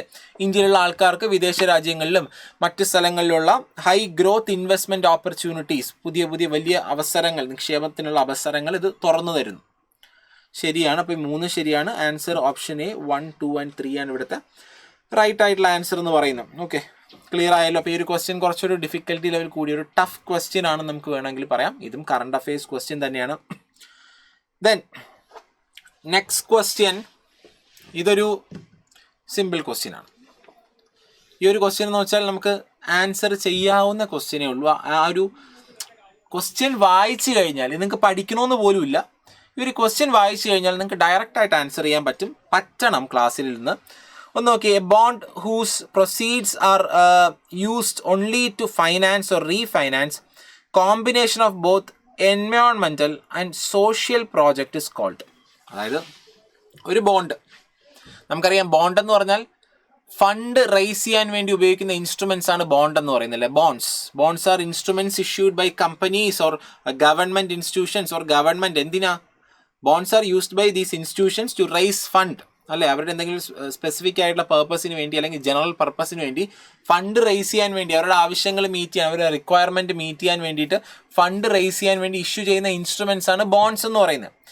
അപ്പോൾ ഈ ബോണ്ട്സിന് ഇവിടെ പറയുന്നതെന്ന് വെച്ച് കഴിഞ്ഞാൽ എൻവയോൺമെൻറ്റൽ പർപ്പസ്, പരിസ്ഥിതിപരമായിട്ടുള്ള ആവശ്യങ്ങൾ, ഇപ്പോൾ സോളാറ്, ഇപ്പോൾ എന്താണ്, അല്ലെങ്കിൽ ഈ പറയുന്ന പോലെ ക്ലൈമറ്റ് ചേഞ്ചിനെ തടയാൻ വേണ്ടിയിട്ടുള്ള പ്രവർത്തനങ്ങൾക്ക്, അല്ലെങ്കിൽ അങ്ങനെ എന്തെങ്കിലുമൊക്കെ റിന്യൂവബിൾ എനർജി പ്രോത്സാഹിപ്പിക്കാൻ വേണ്ടി, അങ്ങനെ എൻവയോൺമെൻറ്റൽ റിലേറ്റഡ് ആയിട്ടുള്ള ആവശ്യങ്ങൾക്ക് വേണ്ടി ഒരു ഗവൺമെൻറ്റോ അല്ലെങ്കിൽ പിന്നെ കമ്പനിയോ ബോണ്ട് ഇഷ്യൂ ചെയ്യുന്നു. കൂടാതെ സോഷ്യൽ പ്രോജക്റ്റുകൾക്ക് വേണ്ടി, ഇപ്പോൾ വെൽഫെയർ ഓഫ് പുവർ പീപ്പിൾ, അല്ലെങ്കിൽ വിമൻ്റെ വെൽഫെയറിന് വേണ്ടി, എൽഡർലി ആയിട്ടുള്ള ആൾക്കാരുടെ വെൽഫെയറിന് വേണ്ടി, അങ്ങനെ സോഷ്യൽ കോസിന് വേണ്ടിയിട്ട് ഫണ്ട് റൈസ് ചെയ്യുന്നു. അപ്പോൾ ഒരു ബോണ്ട് 2 ലക്ഷ്യം. ഞാനൊരു ബോണ്ട് വിൽക്കുന്നത് വഴി എൻവയോൺമെൻറ്റൽ പ്രൊട്ടക്ഷനും സോഷ്യൽ പ്രൊട്ടക്ഷനും, എൻവയോൺമെൻറ്റൽ ഒബ്ജക്റ്റീവ്സും സോഷ്യൽ ഒബ്ജക്റ്റീവ്സും അച്ചീവ് ചെയ്യാൻ വേണ്ടി ശ്രമിക്കുന്നു. അങ്ങനെയാണെങ്കിൽ ആ ബോണ്ടിൻ്റെ പേരെന്താ? Green bond. നമുക്കറിയാം ഗ്രീൻ ബോണ്ട് എന്ന് പറയുന്നതിൻ്റെ ലക്ഷ്യം എൻവയോൺമെൻറ്റൽ ഒബ്ജക്റ്റീവ്സ് ആണ് അതിനുള്ളത്, ഗ്രീൻ ഒബ്ജക്റ്റീവ്സ്. സോഷ്യൽ ബോണ്ട് എന്നൊരു ബോണ്ട് ഉണ്ടെങ്കിൽ അതിന് സോഷ്യൽ ഒബ്ജക്റ്റീവ്സാണ് ഉള്ളത്. ആ പേരിനകത്ത് തന്നെ ഉണ്ട്, ഗ്രീൻ ബോണ്ട് ഗ്രീൻ ഒബ്ജക്റ്റീവും സോഷ്യൽ ബോണ്ടിന് സോഷ്യൽ ഒബ്ജക്റ്റീവ്സും. ഇനി സോവറിൻ ബോണ്ട്സ് എന്ന് വെച്ചാൽ any bonds issued by the government entities are sovereign bonds. Gold bond അങ്ങനെ അതെല്ലാം സോവറിൻ ബോണ്ട് എന്ന് വെച്ചാൽ ഗവൺമെന്റ് ഇഷ്യൂ ചെയ്യുന്ന ഏതൊരു ബോണ്ട് സോവറിൻ ബോണ്ടാണ്. അതിന് ഇന്ന തന്നെ ലക്ഷ്യം വേണമെന്ന് നിർബന്ധമില്ല. അപ്പോൾ സോവറിൻ ബോണ്ടല്ല, ഗ്രീൻ ബോണ്ടിന് ഒറ്റ ലക്ഷ്യമേ ഉള്ളൂ എൻവയോൺമെന്റൽ ഒബ്ജക്റ്റീവ്സ്, സോഷ്യൽ ബോണ്ടിന് ഒറ്റ ലക്ഷ്യമേ ഉള്ളൂ സോഷ്യൽ ഒബ്ജക്റ്റീവ്സ്. അപ്പോൾ ഈ 2 ഒബ്ജക്റ്റീവ്സ് ഉള്ളത് സസ്റ്റൈനബിലിറ്റി ബോണ്ട്. നമുക്കതിൽ നിന്ന് ഡയറക്റ്റായിട്ട് ഓപ്ഷൻസ് വായിച്ച് എലിമിനേറ്റ് ചെയ്തിട്ട് ആൻസറിലോട്ട് എത്താം. സസ്റ്റൈനബിലിറ്റി ബോണ്ട്, സസ്റ്റൈനബിൾ ആയിരിക്കണം എന്നുണ്ടെങ്കിൽ എൻവയോൺമെന്റൽ ലക്ഷ്യം, സസ്റ്റൈനബിൾ ഡെവലപ്മെന്റ് പിന്നെ എന്താ ഫീച്ചേഴ്സ് എന്തൊക്കെയാണ്? ഒന്ന് എൻവയോൺമെന്റൽ സസ്റ്റൈനബിലിറ്റി, മറ്റൊന്ന് സോഷ്യൽ ഇൻക്ലൂഷൻ, അല്ലേ? സസ്റ്റൈനബിൾ ഡെവലപ്മെന്റ് നമുക്കറിയാം ബ്രണ്ട്ലൻ കമ്മീഷൻ മുന്നോട്ട് വച്ചിട്ടുള്ള സസ്റ്റൈനബിൾ ഡെവലപ്മെന്റിനകത്ത് പറയുന്ന പ്രധാനപ്പെട്ട ഫീച്ചേഴ്സ് എന്ന് പറയുന്നതിൽ ഒന്നെന്ന് വെച്ചാൽ എൻവയോൺമെന്റൽ ഒബ്ജക്റ്റീവ്സ് കൈവരിക്കുക, രണ്ടാമത് സോഷ്യൽ ഇൻക്ലൂഷൻ ഉറപ്പുവരുത്തുക. അപ്പോൾ സസ്റ്റൈനബിലിറ്റി, സുസ്ഥിരത കൈവരിക്കാൻ വേണ്ടി രാജ്യങ്ങൾ, ഗവൺമെന്റുകൾ, ഗവൺമെന്റ് സ്ഥാപനങ്ങൾ, കമ്പനികൾ പുറത്തിറക്കുന്ന ബോണ്ടുകളെയാണ് സസ്റ്റൈനബിലിറ്റി ബോണ്ട് എന്ന് പറയുന്നത്. അവിടെ എൻവയോൺമെന്റൽ ഒബ്ജക്റ്റീവ്, ഗ്രീൻ ഒബ്ജക്റ്റീവ് ഉണ്ട്, സോഷ്യൽ ഒബ്ജക്റ്റീവ് ഉണ്ട്. അപ്പം അതാണ് സസ്റ്റൈനബിലിറ്റി ബോണ്ട് എന്ന് പറയുന്നത്. അപ്പോൾ ഒരു ഉദാഹരണം പറഞ്ഞാൽ SBI, state bank of India, sustainability bond പുറത്തിറക്കിയിട്ടുണ്ട്. അതിൻ്റെ ഉദ്ദേശം, അതിൻ്റെ ഗ്രീൻ ഒബ്ജക്റ്റീവ് ഉണ്ട്, സോഷ്യൽ ഒബ്ജക്റ്റീവ് ഉണ്ട്. ഗ്രീൻ ഒബ്ജക്റ്റീവ് എന്ന് പറഞ്ഞാൽ എന്തെന്നറിയാമോ? വലിയ സോളാർ പ്രോജക്റ്റുകൾക്ക് ഫണ്ട് കൊടുക്കുക. അപ്പോൾ SBI state bank of India ഇത്തരത്തിൽ സസ്റ്റൈനബിലിറ്റി ബോണ്ട് റിലീസ് ചെയ്തിട്ടുണ്ട്. അപ്പോൾ അത്തരത്തിലുള്ള സസ്റ്റൈനബിലിറ്റി ബോണ്ട് ഇഷ്യൂ ചെയ്തിട്ടുണ്ട്, ഇഷ്യൂ ചെയ്തിട്ടുണ്ട്. അപ്പോൾ ഇത്തരത്തിൽ ആ സസ്റ്റൈനബിലിറ്റി ബോണ്ട് കൊണ്ട് SBI ഉദ്ദേശിക്കുന്നത് എന്താ? ഒന്നാമത്തെ എൻവയോൺമെന്റൽ ഒബ്ജക്റ്റീവ് എന്ന് പറയുന്നത് ടു റൈസ് ഫണ്ട്, അല്ലെങ്കിൽ എന്താ, സോളാർ പ്രോജക്റ്റുകൾക്ക് ഫണ്ട് കൊടുക്കുക, കൂടാതെ ആൾക്കാർക്ക് ഇലക്ട്രിക് വാഹനങ്ങൾ വാങ്ങാനായിട്ട് ആൾക്കാർക്ക് ഫണ്ട് കൊടുക്കുക. അത് രണ്ടും എൻവയോൺമെന്റൽ ഒബ്ജക്റ്റീവ് അല്ലേ? ഇനി സോഷ്യൽ ഒബ്ജക്റ്റീവ് എന്താ ഉദ്ദേശിക്കുന്നത്? അഫോർഡബിൾ ഹൗസിംഗ്, പാവപ്പെട്ട ആൾക്കാർക്ക് കുറഞ്ഞ ചിലവിൽ വീട് വയ്ക്കാൻ ഫണ്ട് കൊടുക്കുക. പിന്നെ ഫുഡ് സെക്യൂരിറ്റി, ഭക്ഷ്യസുരക്ഷ ഉറപ്പാക്കാൻ വേണ്ടി ഫണ്ട് കൊടുക്കുക. ചെറുകിട വ്യവസായങ്ങൾക്ക് എംപ്ലോയ്മെന്റ് ജനറേഷൻ ഫണ്ട് കൊടുക്കുക. ഇതെല്ലാം സോഷ്യൽ കോസാണ്. അപ്പോൾ sustainability bond issued by SBI എന്ന് പറയുമ്പോൾ അതിനൊരു ഗ്രീൻ ഒബ്ജക്റ്റീവ് ഉണ്ട്, സോഷ്യൽ ഒബ്ജക്റ്റീവ് ഉണ്ട്. അപ്പോൾ ഇത് കറണ്ട് അഫയേഴ്സ് ആണ്. ഇത് കറണ്ട് അഫയേഴ്സ് അല്ലെങ്കിലും ഇത് ആൻസർ ചെയ്യാൻ പറ്റുന്നതാണ്. എക്സാം ഹാളിലെ കണ്ടീഷൻസ് പരിഗണിച്ചാൽ പോലും നിങ്ങൾ അവിടെ നിർബന്ധമായിട്ടും നിങ്ങളൊരു സീരിയസ് ആസ്പിറൻ്റ് ആണ്, UPSC മീൻസ് പ്രിലിംസ് ക്രാക്ക് ചെയ്യണം എന്നുള്ളതാണെങ്കിൽ ഇത് ഒരാളാണെന്നുണ്ടെങ്കിൽ ഉറപ്പായിട്ടും ഇതിങ്ങനത്തെ രീതിയിൽ അല്ലെങ്കിൽ ഈ ഒരു രീതിയിൽ ചിന്തിച്ച് ആൻസർ ചെയ്യാൻ പറ്റിയിരിക്കണം. ഈ ഒരു ക്വസ്റ്റ്യൻ നമ്മളൊരു ഈസി ആണ് ഡിഫിക്കൽട്ടി ലെവൽ കൊടുക്കുന്നത് കേട്ടോ. ഒരു മോഡറേറ്റും അല്ല, ഒരു ഈസി ലെവൽ ക്വസ്റ്റ്യൻ തന്നെയാണ്. ഇത് ആൻസർ ചെയ്യാൻ പറ്റണം. നിങ്ങളുടെ അഭിപ്രായങ്ങളും കമൻറ്റ് ചെയ്യണം കേട്ടോ. നെക്സ്റ്റ് ക്വസ്റ്റ്യൻ എന്ന് പറയുന്നത് ബുദ്ധിമുട്ട് തന്നെയാണ്, ഡിഫിക്കൽട്ടി ലെവൽ കൂടുതലാണ്, ഒരു ടഫ് ക്വസ്റ്റ്യൻ ആണ്. നമ്മൾ സാധാരണ എക്സ്ചേഞ്ച് സ്റ്റോക്ക് എക്സ്ചേഞ്ചുകൾ, MSME, ഞാൻ പിന്നെ വേറൊരു കാര്യം ഞാൻ ക്ലാസ്സിൽ പറഞ്ഞിട്ടുണ്ട്, ഞാൻ ഓൾറെഡി എക്സ്ക്ലൂസീവിൽ പറഞ്ഞു. നിങ്ങൾ എക്സ്ക്ലൂസീവിൻ്റെ ക്ലാസ്സുകൾ എടുത്ത് നോക്കാം, അതുപോലെ എക്സ്ട്രീമിൻ്റെ ക്ലാസ്സുകൾ, റിവിഷൻ ക്ലാസ്സുകൾ എടുത്ത് നോക്കാം. ഞാൻ പിന്നെ ക്ലാസ്സിൽ തന്നെ പറയുന്ന പല സാഹചര്യങ്ങളും നോക്കാം. MSME മസ്റ്റാണ്, അതിൽ നിന്ന് ക്വസ്റ്റ്യൻ വരും. ഇൻഡസ്ട്രിയൽ സെക്ടറിൽ നിന്ന് ചോദ്യം വരാൻ സാധ്യതയുള്ളതാണ് MSME. പ്രത്യേകിച്ച് ഗവൺമെൻറ് കഴിഞ്ഞ തവണ MSMEയുടെ കാറ്റഗറി ക്രൈറ്റീരിയ മാറ്റി എന്നൊക്കെ പറഞ്ഞു, ഒരുപാട് കാര്യങ്ങൾ പറഞ്ഞു. പക്ഷെ എന്നിരുന്നാലും നമ്മൾ MSMEനെ തന്നെ എത്ര പഠിച്ചാലും ഈ ഒരു ഡെപ്തിൽ പോകാനുള്ള സാധ്യത കുറവാണ്. അതുകൊണ്ട് തന്നെ നമ്മൾ പല ആൾക്കാരും ടച്ച് ചെയ്യാത്തൊരു ഏരിയയാണ് M1 എക്സ്ചേഞ്ച് എന്ന് പറയുന്നത്. നമ്മൾ ട്രെഡ്സിനെ പറ്റി ഓൾറെഡി പഠിച്ചു. ട്രെഡ്സുമായിട്ട് റിലേറ്റ് ചെയ്തിട്ടുള്ളൊരു സംഗതിയാണ് ഈ ഒരു M1 എക്സ്ചേഞ്ച് എന്ന് പറയുന്നത്.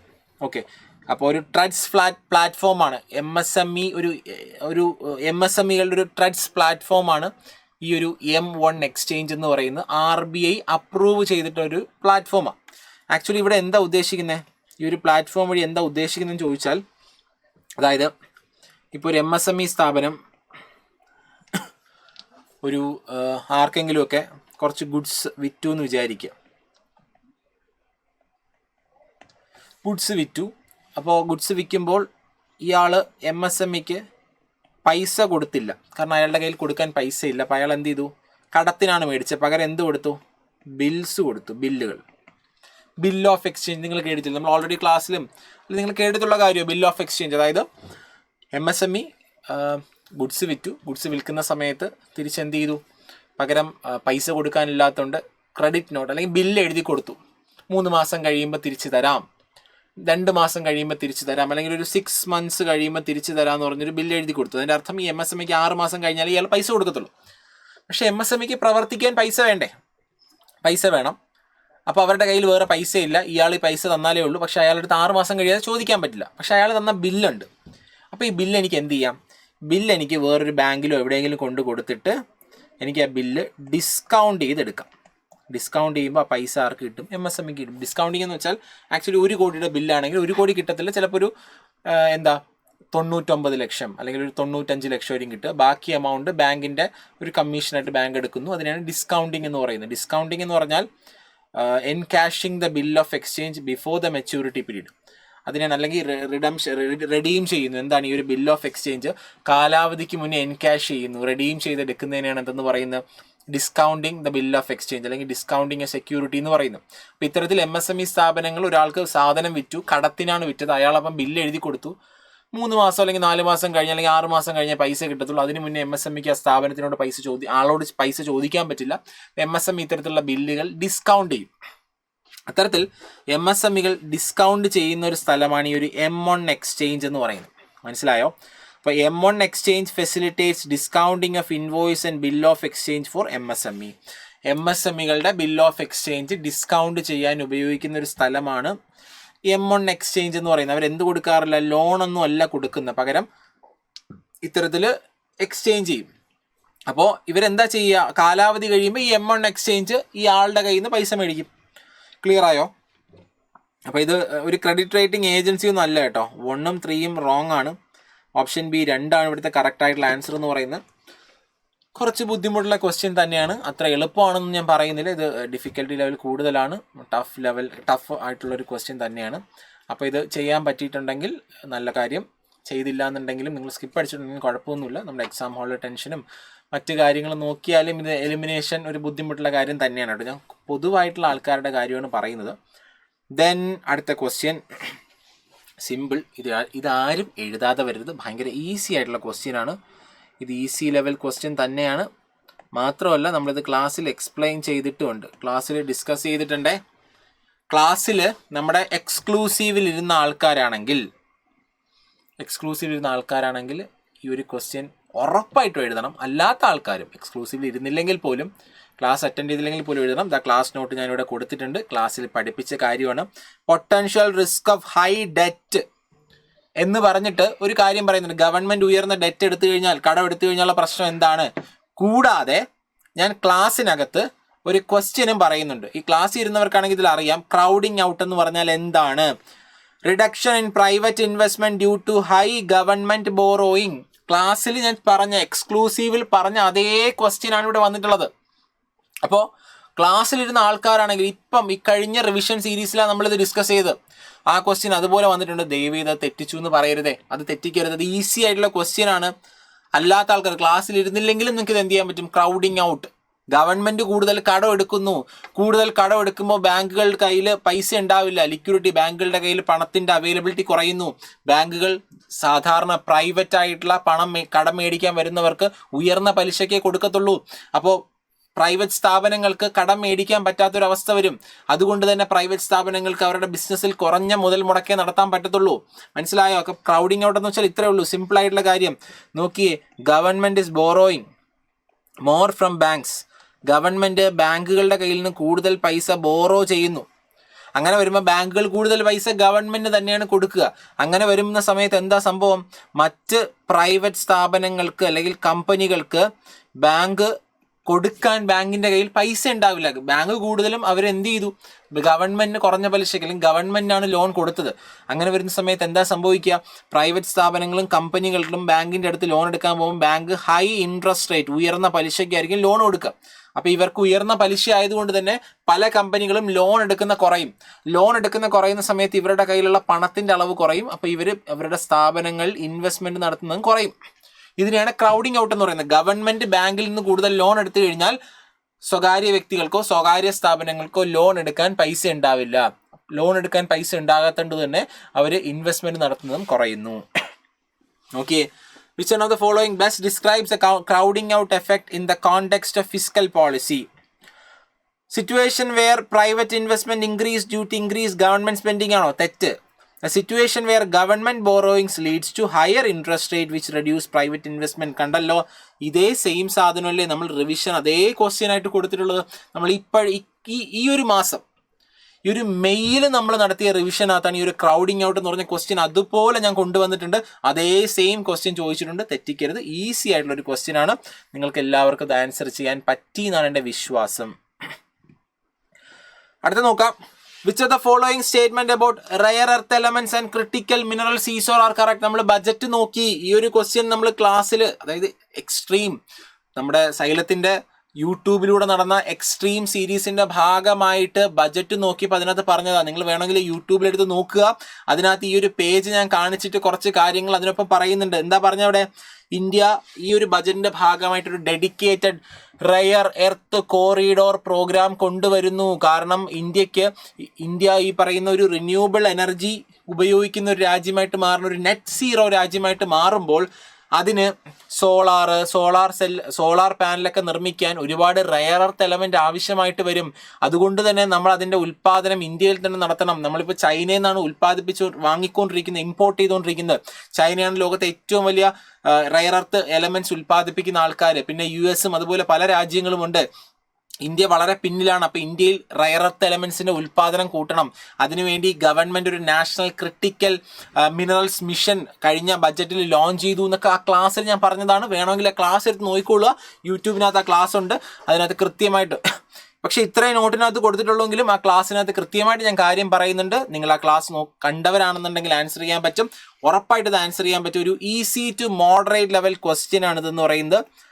ഒരു easy to moderate level question ആണ്. ഞാൻ എന്നിട്ട് നിങ്ങൾക്ക് കൃത്യമായിട്ട് പറഞ്ഞു.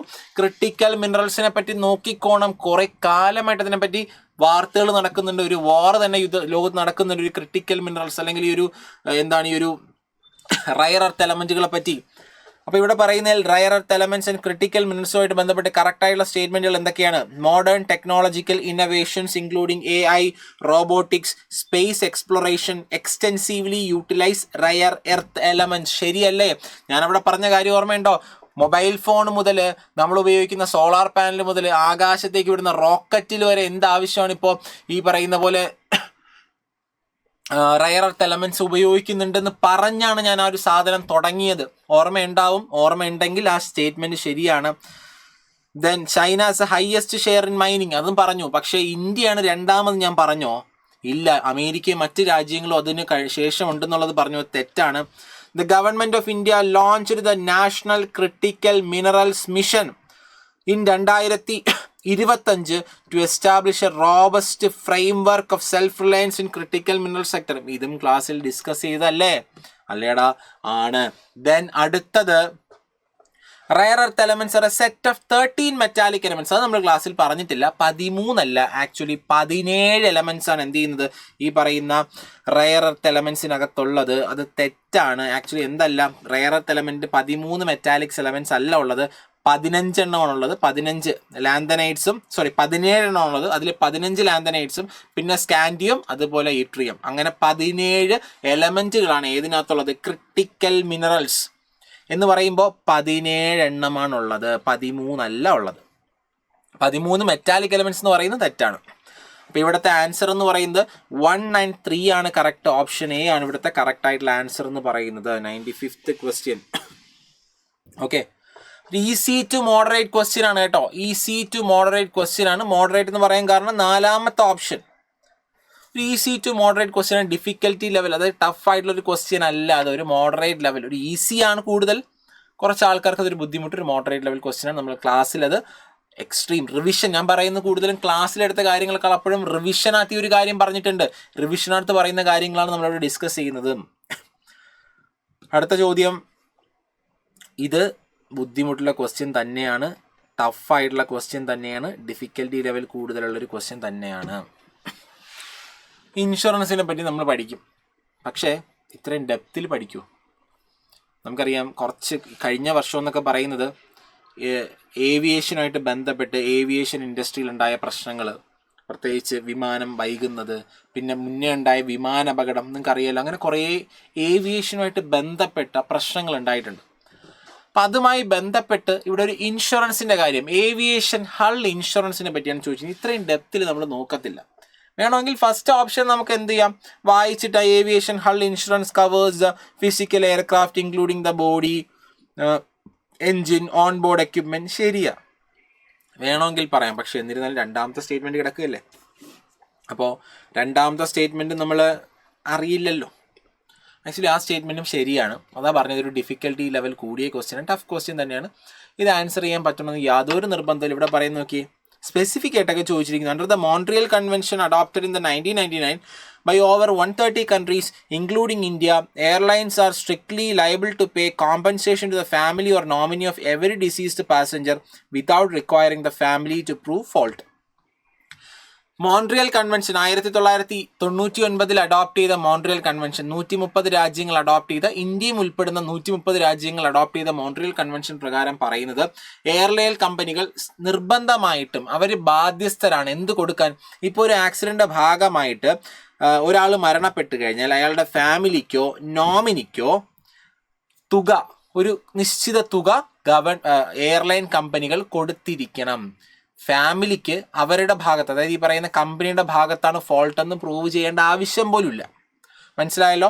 ഈ പറയുന്ന ഇൻഡിഗോയുടെ ഭാഗത്താണ് അല്ലെങ്കിൽ എയർ ഇന്ത്യയുടെ ഭാഗത്താണ് ഫോൾട്ട് എന്ന് പ്രൂവ് ചെയ്യേണ്ട ആവശ്യം പോലുമില്ല. പക്ഷെ നിർബന്ധമായിട്ട് മരണപ്പെട്ട് കഴിഞ്ഞാൽ കൊടുത്തിരിക്കണം. അതാണ് എന്ത് ചെയ്യുന്നത്, ഒരു മോൺട്രിയൽ കൺവെൻഷൻ പ്രകാരം പറയുന്നത് ശരിയാണ്. ആക്ച്വലി നമുക്കത് അറിയാനുള്ള സാധ്യത വളരെ കുറവാണ്, നമ്മൾ നോക്കാനുള്ള സാധ്യത കുറവാണ്. ഒരു ടഫ് ക്വസ്റ്റ്യൻ തന്നെയാണ്. 1ഉം 2ഉം ശരിയാണ് ഇവിടുത്തെ answer. Option C both 1 and 2. Difficulty level കൂടുതലുള്ള ഒരു ക്വസ്റ്റ്യൻ തന്നെയാണ്, ടഫ് തന്നെയാണ്. അടുത്ത ചോദ്യം, which one of the following statement about crowd funding is or are correct? ഇതൊരു ഈസി ക്വസ്റ്റ്യൻ ആണ്. ഇത് ഈസി ക്വസ്റ്റ്യൻ എന്ന് പറഞ്ഞു കഴിഞ്ഞാലും, ഈസി ക്വസ്റ്റ്യൻ എന്ന് പറയാൻ കാരണം എന്ന് വെച്ച് കഴിഞ്ഞാൽ നമുക്കിത് അറിയില്ലെങ്കിൽ പോലും ആൻസർ ചെയ്യാം.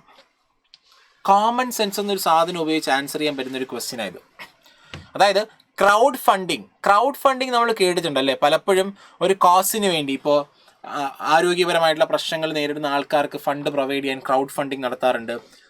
ഇപ്പോൾ ചില കുട്ടികളുടെ ചികിത്സയ്ക്കൊക്കെ വേണ്ടി കേരളം കൈകോർത്തൊക്കെ നിങ്ങൾ കണ്ടിട്ടുണ്ടായിരിക്കും ക്രൗഡ് ഫണ്ടിങ്. അപ്പോൾ എന്തെങ്കിലും ഒരു പ്രത്യേക കോസിന് വേണ്ടിയിട്ട് എമൗണ്ട് കളക്ട് ചെയ്യുന്നു, അതിനെയാണ് ക്രൗഡ് ഫണ്ടിങ് എന്ന് പറയുന്നത്. നമുക്ക് സ്വാഭാവികമായിട്ട് അതിൻ്റെ ഡെഫിനിഷനാണ് ഫസ്റ്റ് കൊടുത്തിട്ടുള്ളത്. ക്രൗഡ് ഫണ്ടിങ് ഇസ് എ സോളിസിറ്റേഷൻ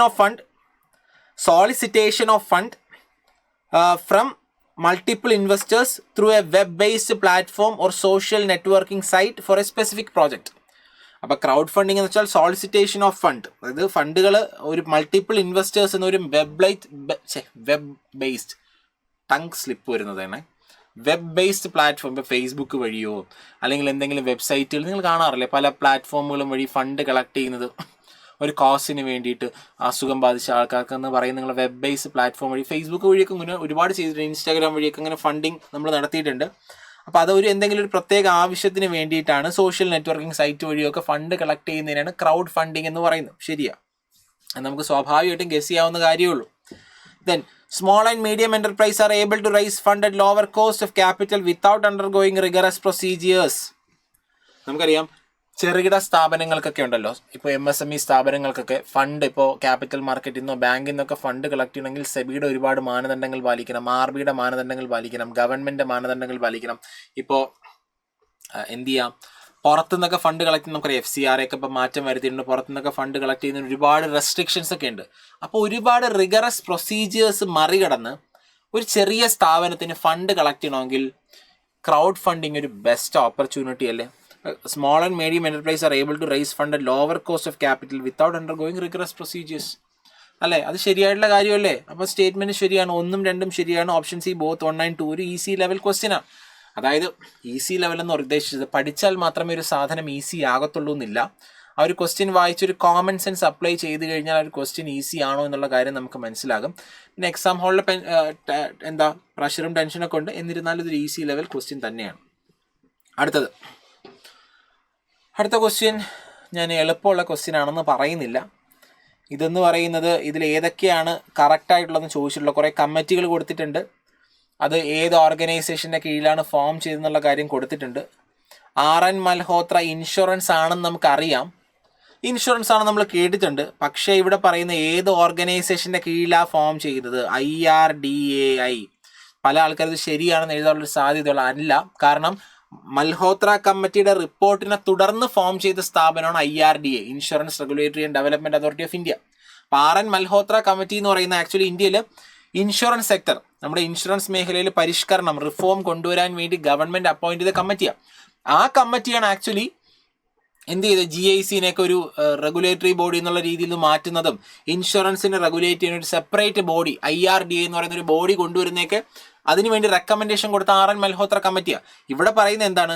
IRDAയുടെ കീഴിൽ രൂപം കൊടുത്ത ഒരു കമ്മിറ്റിയാണ് RN മൽഹോത്ര. തെറ്റ്. നമ്മൾ പക്ഷെ വായിക്കുമ്പോൾ ചിലപ്പോൾ അത് ശരിയാണെന്ന് പറഞ്ഞ് കുത്താനുള്ള ചാൻസ് ഉണ്ട്, അല്ല തെറ്റാണ്. ദെൻ ഊർജിത് പട്ടേൽ കമ്മിറ്റി നമുക്ക് അറിയാവുന്ന കാര്യമാണ്, RBI അപ്പോയിന്റ് ചെയ്ത് വേണ്ടിയാണ്. എന്തിനാ? ഊർജിത് പട്ടേൽ കമ്മിറ്റി നമുക്ക് അറിയാവുന്നത്, നമ്മൾ ക്ലാസ്സിലൊക്കെ എക്സ്പ്ലെയിൻ ചെയ്തതാണ്. മോണിറ്ററി പോളിസി കമ്മിറ്റി ഓർമ്മയുണ്ടോ? അതായത് നമ്മുടെ രാജ്യത്ത് ഇൻഫ്ലേഷൻ ടാർഗറ്റിംഗ്, അതെല്ലാം ഊർജിത് പട്ടേൽ കമ്മിറ്റിയാണ്. അപ്പോൾ അത് തെറ്റാണ്. പക്ഷെ ഇവിടെ പറയുന്നത് എന്താ?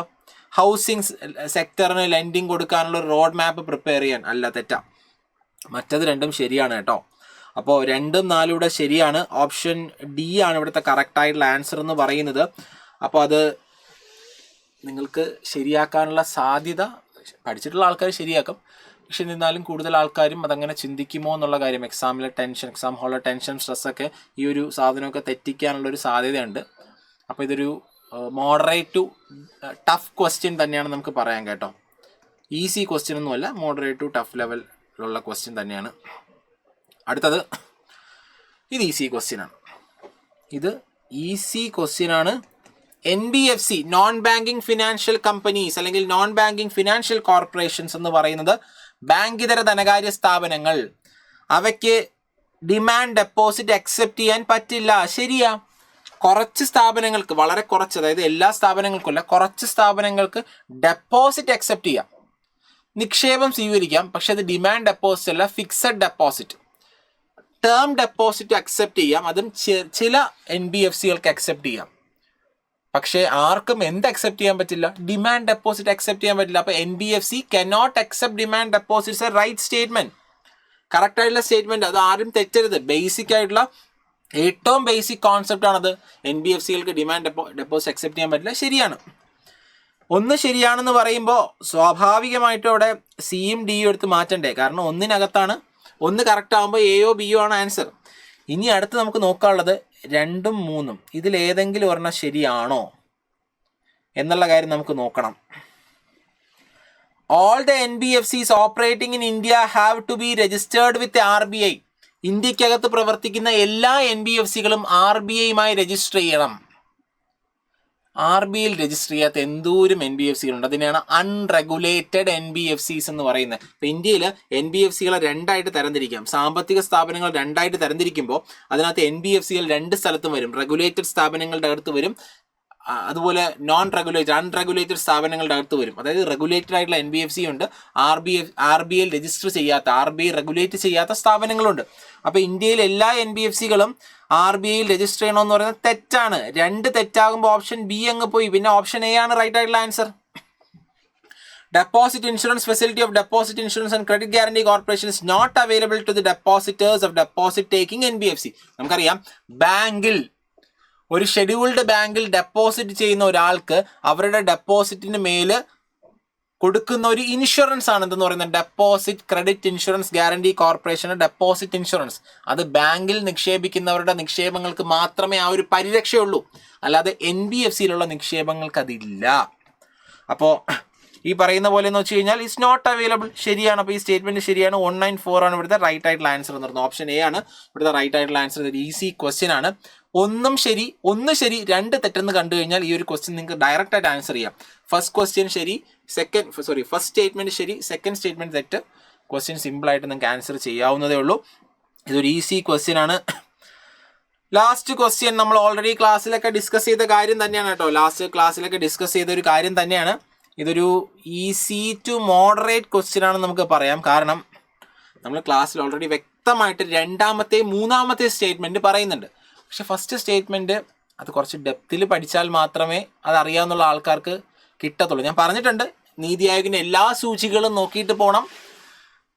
പ്രത്യേകിച്ച് ആ സൂചികളെ പറ്റി ഡീറ്റെയിൽഡ് ആയിട്ട് തന്നെ നോക്കിയിട്ട് പോകണമെന്ന് പറഞ്ഞു. അൽക്കയർ ഫോസ്റ്റർ മോഡലിനെ പറ്റി നമ്മൾ പറയുന്നില്ല എന്നുണ്ടെങ്കിൽ പോലും മറ്റ് നീതി ആയോഗിൻ്റെ MPI എന്ന് പറയുന്നത് 12 ഇൻഡിക്കേറ്റേഴ്സ് ഉള്ളതാണ്. ഇത് ക്ലാസ് നോട്ടാണ് ഇവിടെ കൊടുത്തിട്ടുള്ളത്.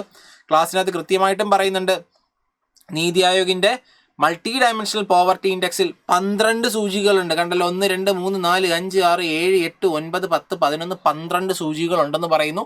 ആ സ്റ്റേറ്റ്മെന്റ് കറക്റ്റ് ആണ്. Then maternal health and bank account are common indicators for MPI of NITI Aayog and MPI of United Nations Development Program. ക്ലാസ്സിൽ കൃത്യമായി ഞാൻ പറഞ്ഞു. ഇവിടെ നോക്കിയ ഈ 12 ഇൻഡിക്കേറ്റേഴ്സിൽ 2 എണ്ണത്തിന് മാത്രം ഓറഞ്ച് കളർ. കാരണം എന്താ? ആ 2ഉം ഇന്ത്യയിൽ NITI Aayog multidimensional poverty index പുറത്തിറക്കുമ്പോൾ കൺസിഡർ ചെയ്യുന്ന സൂചികളാണ്. എന്നാൽ മറ്റ് 10 എണ്ണവും നീതി ആയോഗ് കൺസിഡർ ചെയ്യുമ്പോൾ, അതായത് NITI Aayog multidimensional poverty index പുറത്തിറക്കുമ്പോൾ ഈ 12 എണ്ണവും കൺസിഡർ ചെയ്യുന്നുണ്ട്. എന്നാൽ UNDP, യുണൈറ്റഡ് നേഷൻസ് ഡെവലപ്മെന്റ് പ്രോഗ്രാമും Oxford poverty and human development ഇനിഷ്യേറ്റീവും അവർ മൾട്ടി ഡയമെൻഷണൽ പോവർട്ടി ഇൻഡെക്സ് തയ്യാറാക്കുമ്പോൾ ഇത് 2ഉം കൺസിഡർ ചെയ്യുന്നില്ല. ഈ സ്റ്റേറ്റ്മെന്റ് പറയുന്നത് എന്താണ്? ചെയ്യുന്നു എന്നല്ലേ പറയുന്നത്. Maternal health and bank accounts are common indicators in the MPI of NITI Aayog and MPI of United Nations. തെറ്റ്. ഇത് ശരി. ഇത് തെറ്റ്. അപ്പോൾ നമുക്കൊരു 2 എന്ന് പറയുന്നൊരു ഓപ്ഷൻ വരും. അതാണ് ഇതിനൊരു മോഡറേറ്റിലോട്ട് കൊണ്ട് എത്തിക്കുന്നത്. നമുക്ക് 1 ശരിയാണെന്ന് അറിഞ്ഞാൽ മാത്രമേ ഇത് ആൻസർ ചെയ്യാൻ വേണ്ടി പറ്റത്തുള്ളൂ. 1ഉം 2ഉം ആണ് ഇവിടുത്തെ ആൻസർ. ഓപ്ഷൻ ഡി ആണ് ഇവിടുത്തെ കറക്റ്റ് ആയിട്ടുള്ള ആൻസർ എന്ന് പറയുന്നത്. സോറി, ഡി അല്ല, എ. 1ഉം 2ഉം എന്ന് പറയുമ്പോൾ എ. ഓപ്ഷൻ എ ആണ് ഇവിടുത്തെ കറക്റ്റ് ആയിട്ടുള്ള ആൻസർ എന്ന് പറയുന്നത്. ഒരു ക്വസ്റ്റ്യൻ ഈസി ടു മോഡറേറ്റ്, ഒരു മോഡറേറ്റ് വയ്ക്കാം. ഈസി എന്ന് പറയുന്നില്ല, ഒരു മോഡറേറ്റ് ലെവൽ ക്വസ്റ്റ്യൻ ആണ്.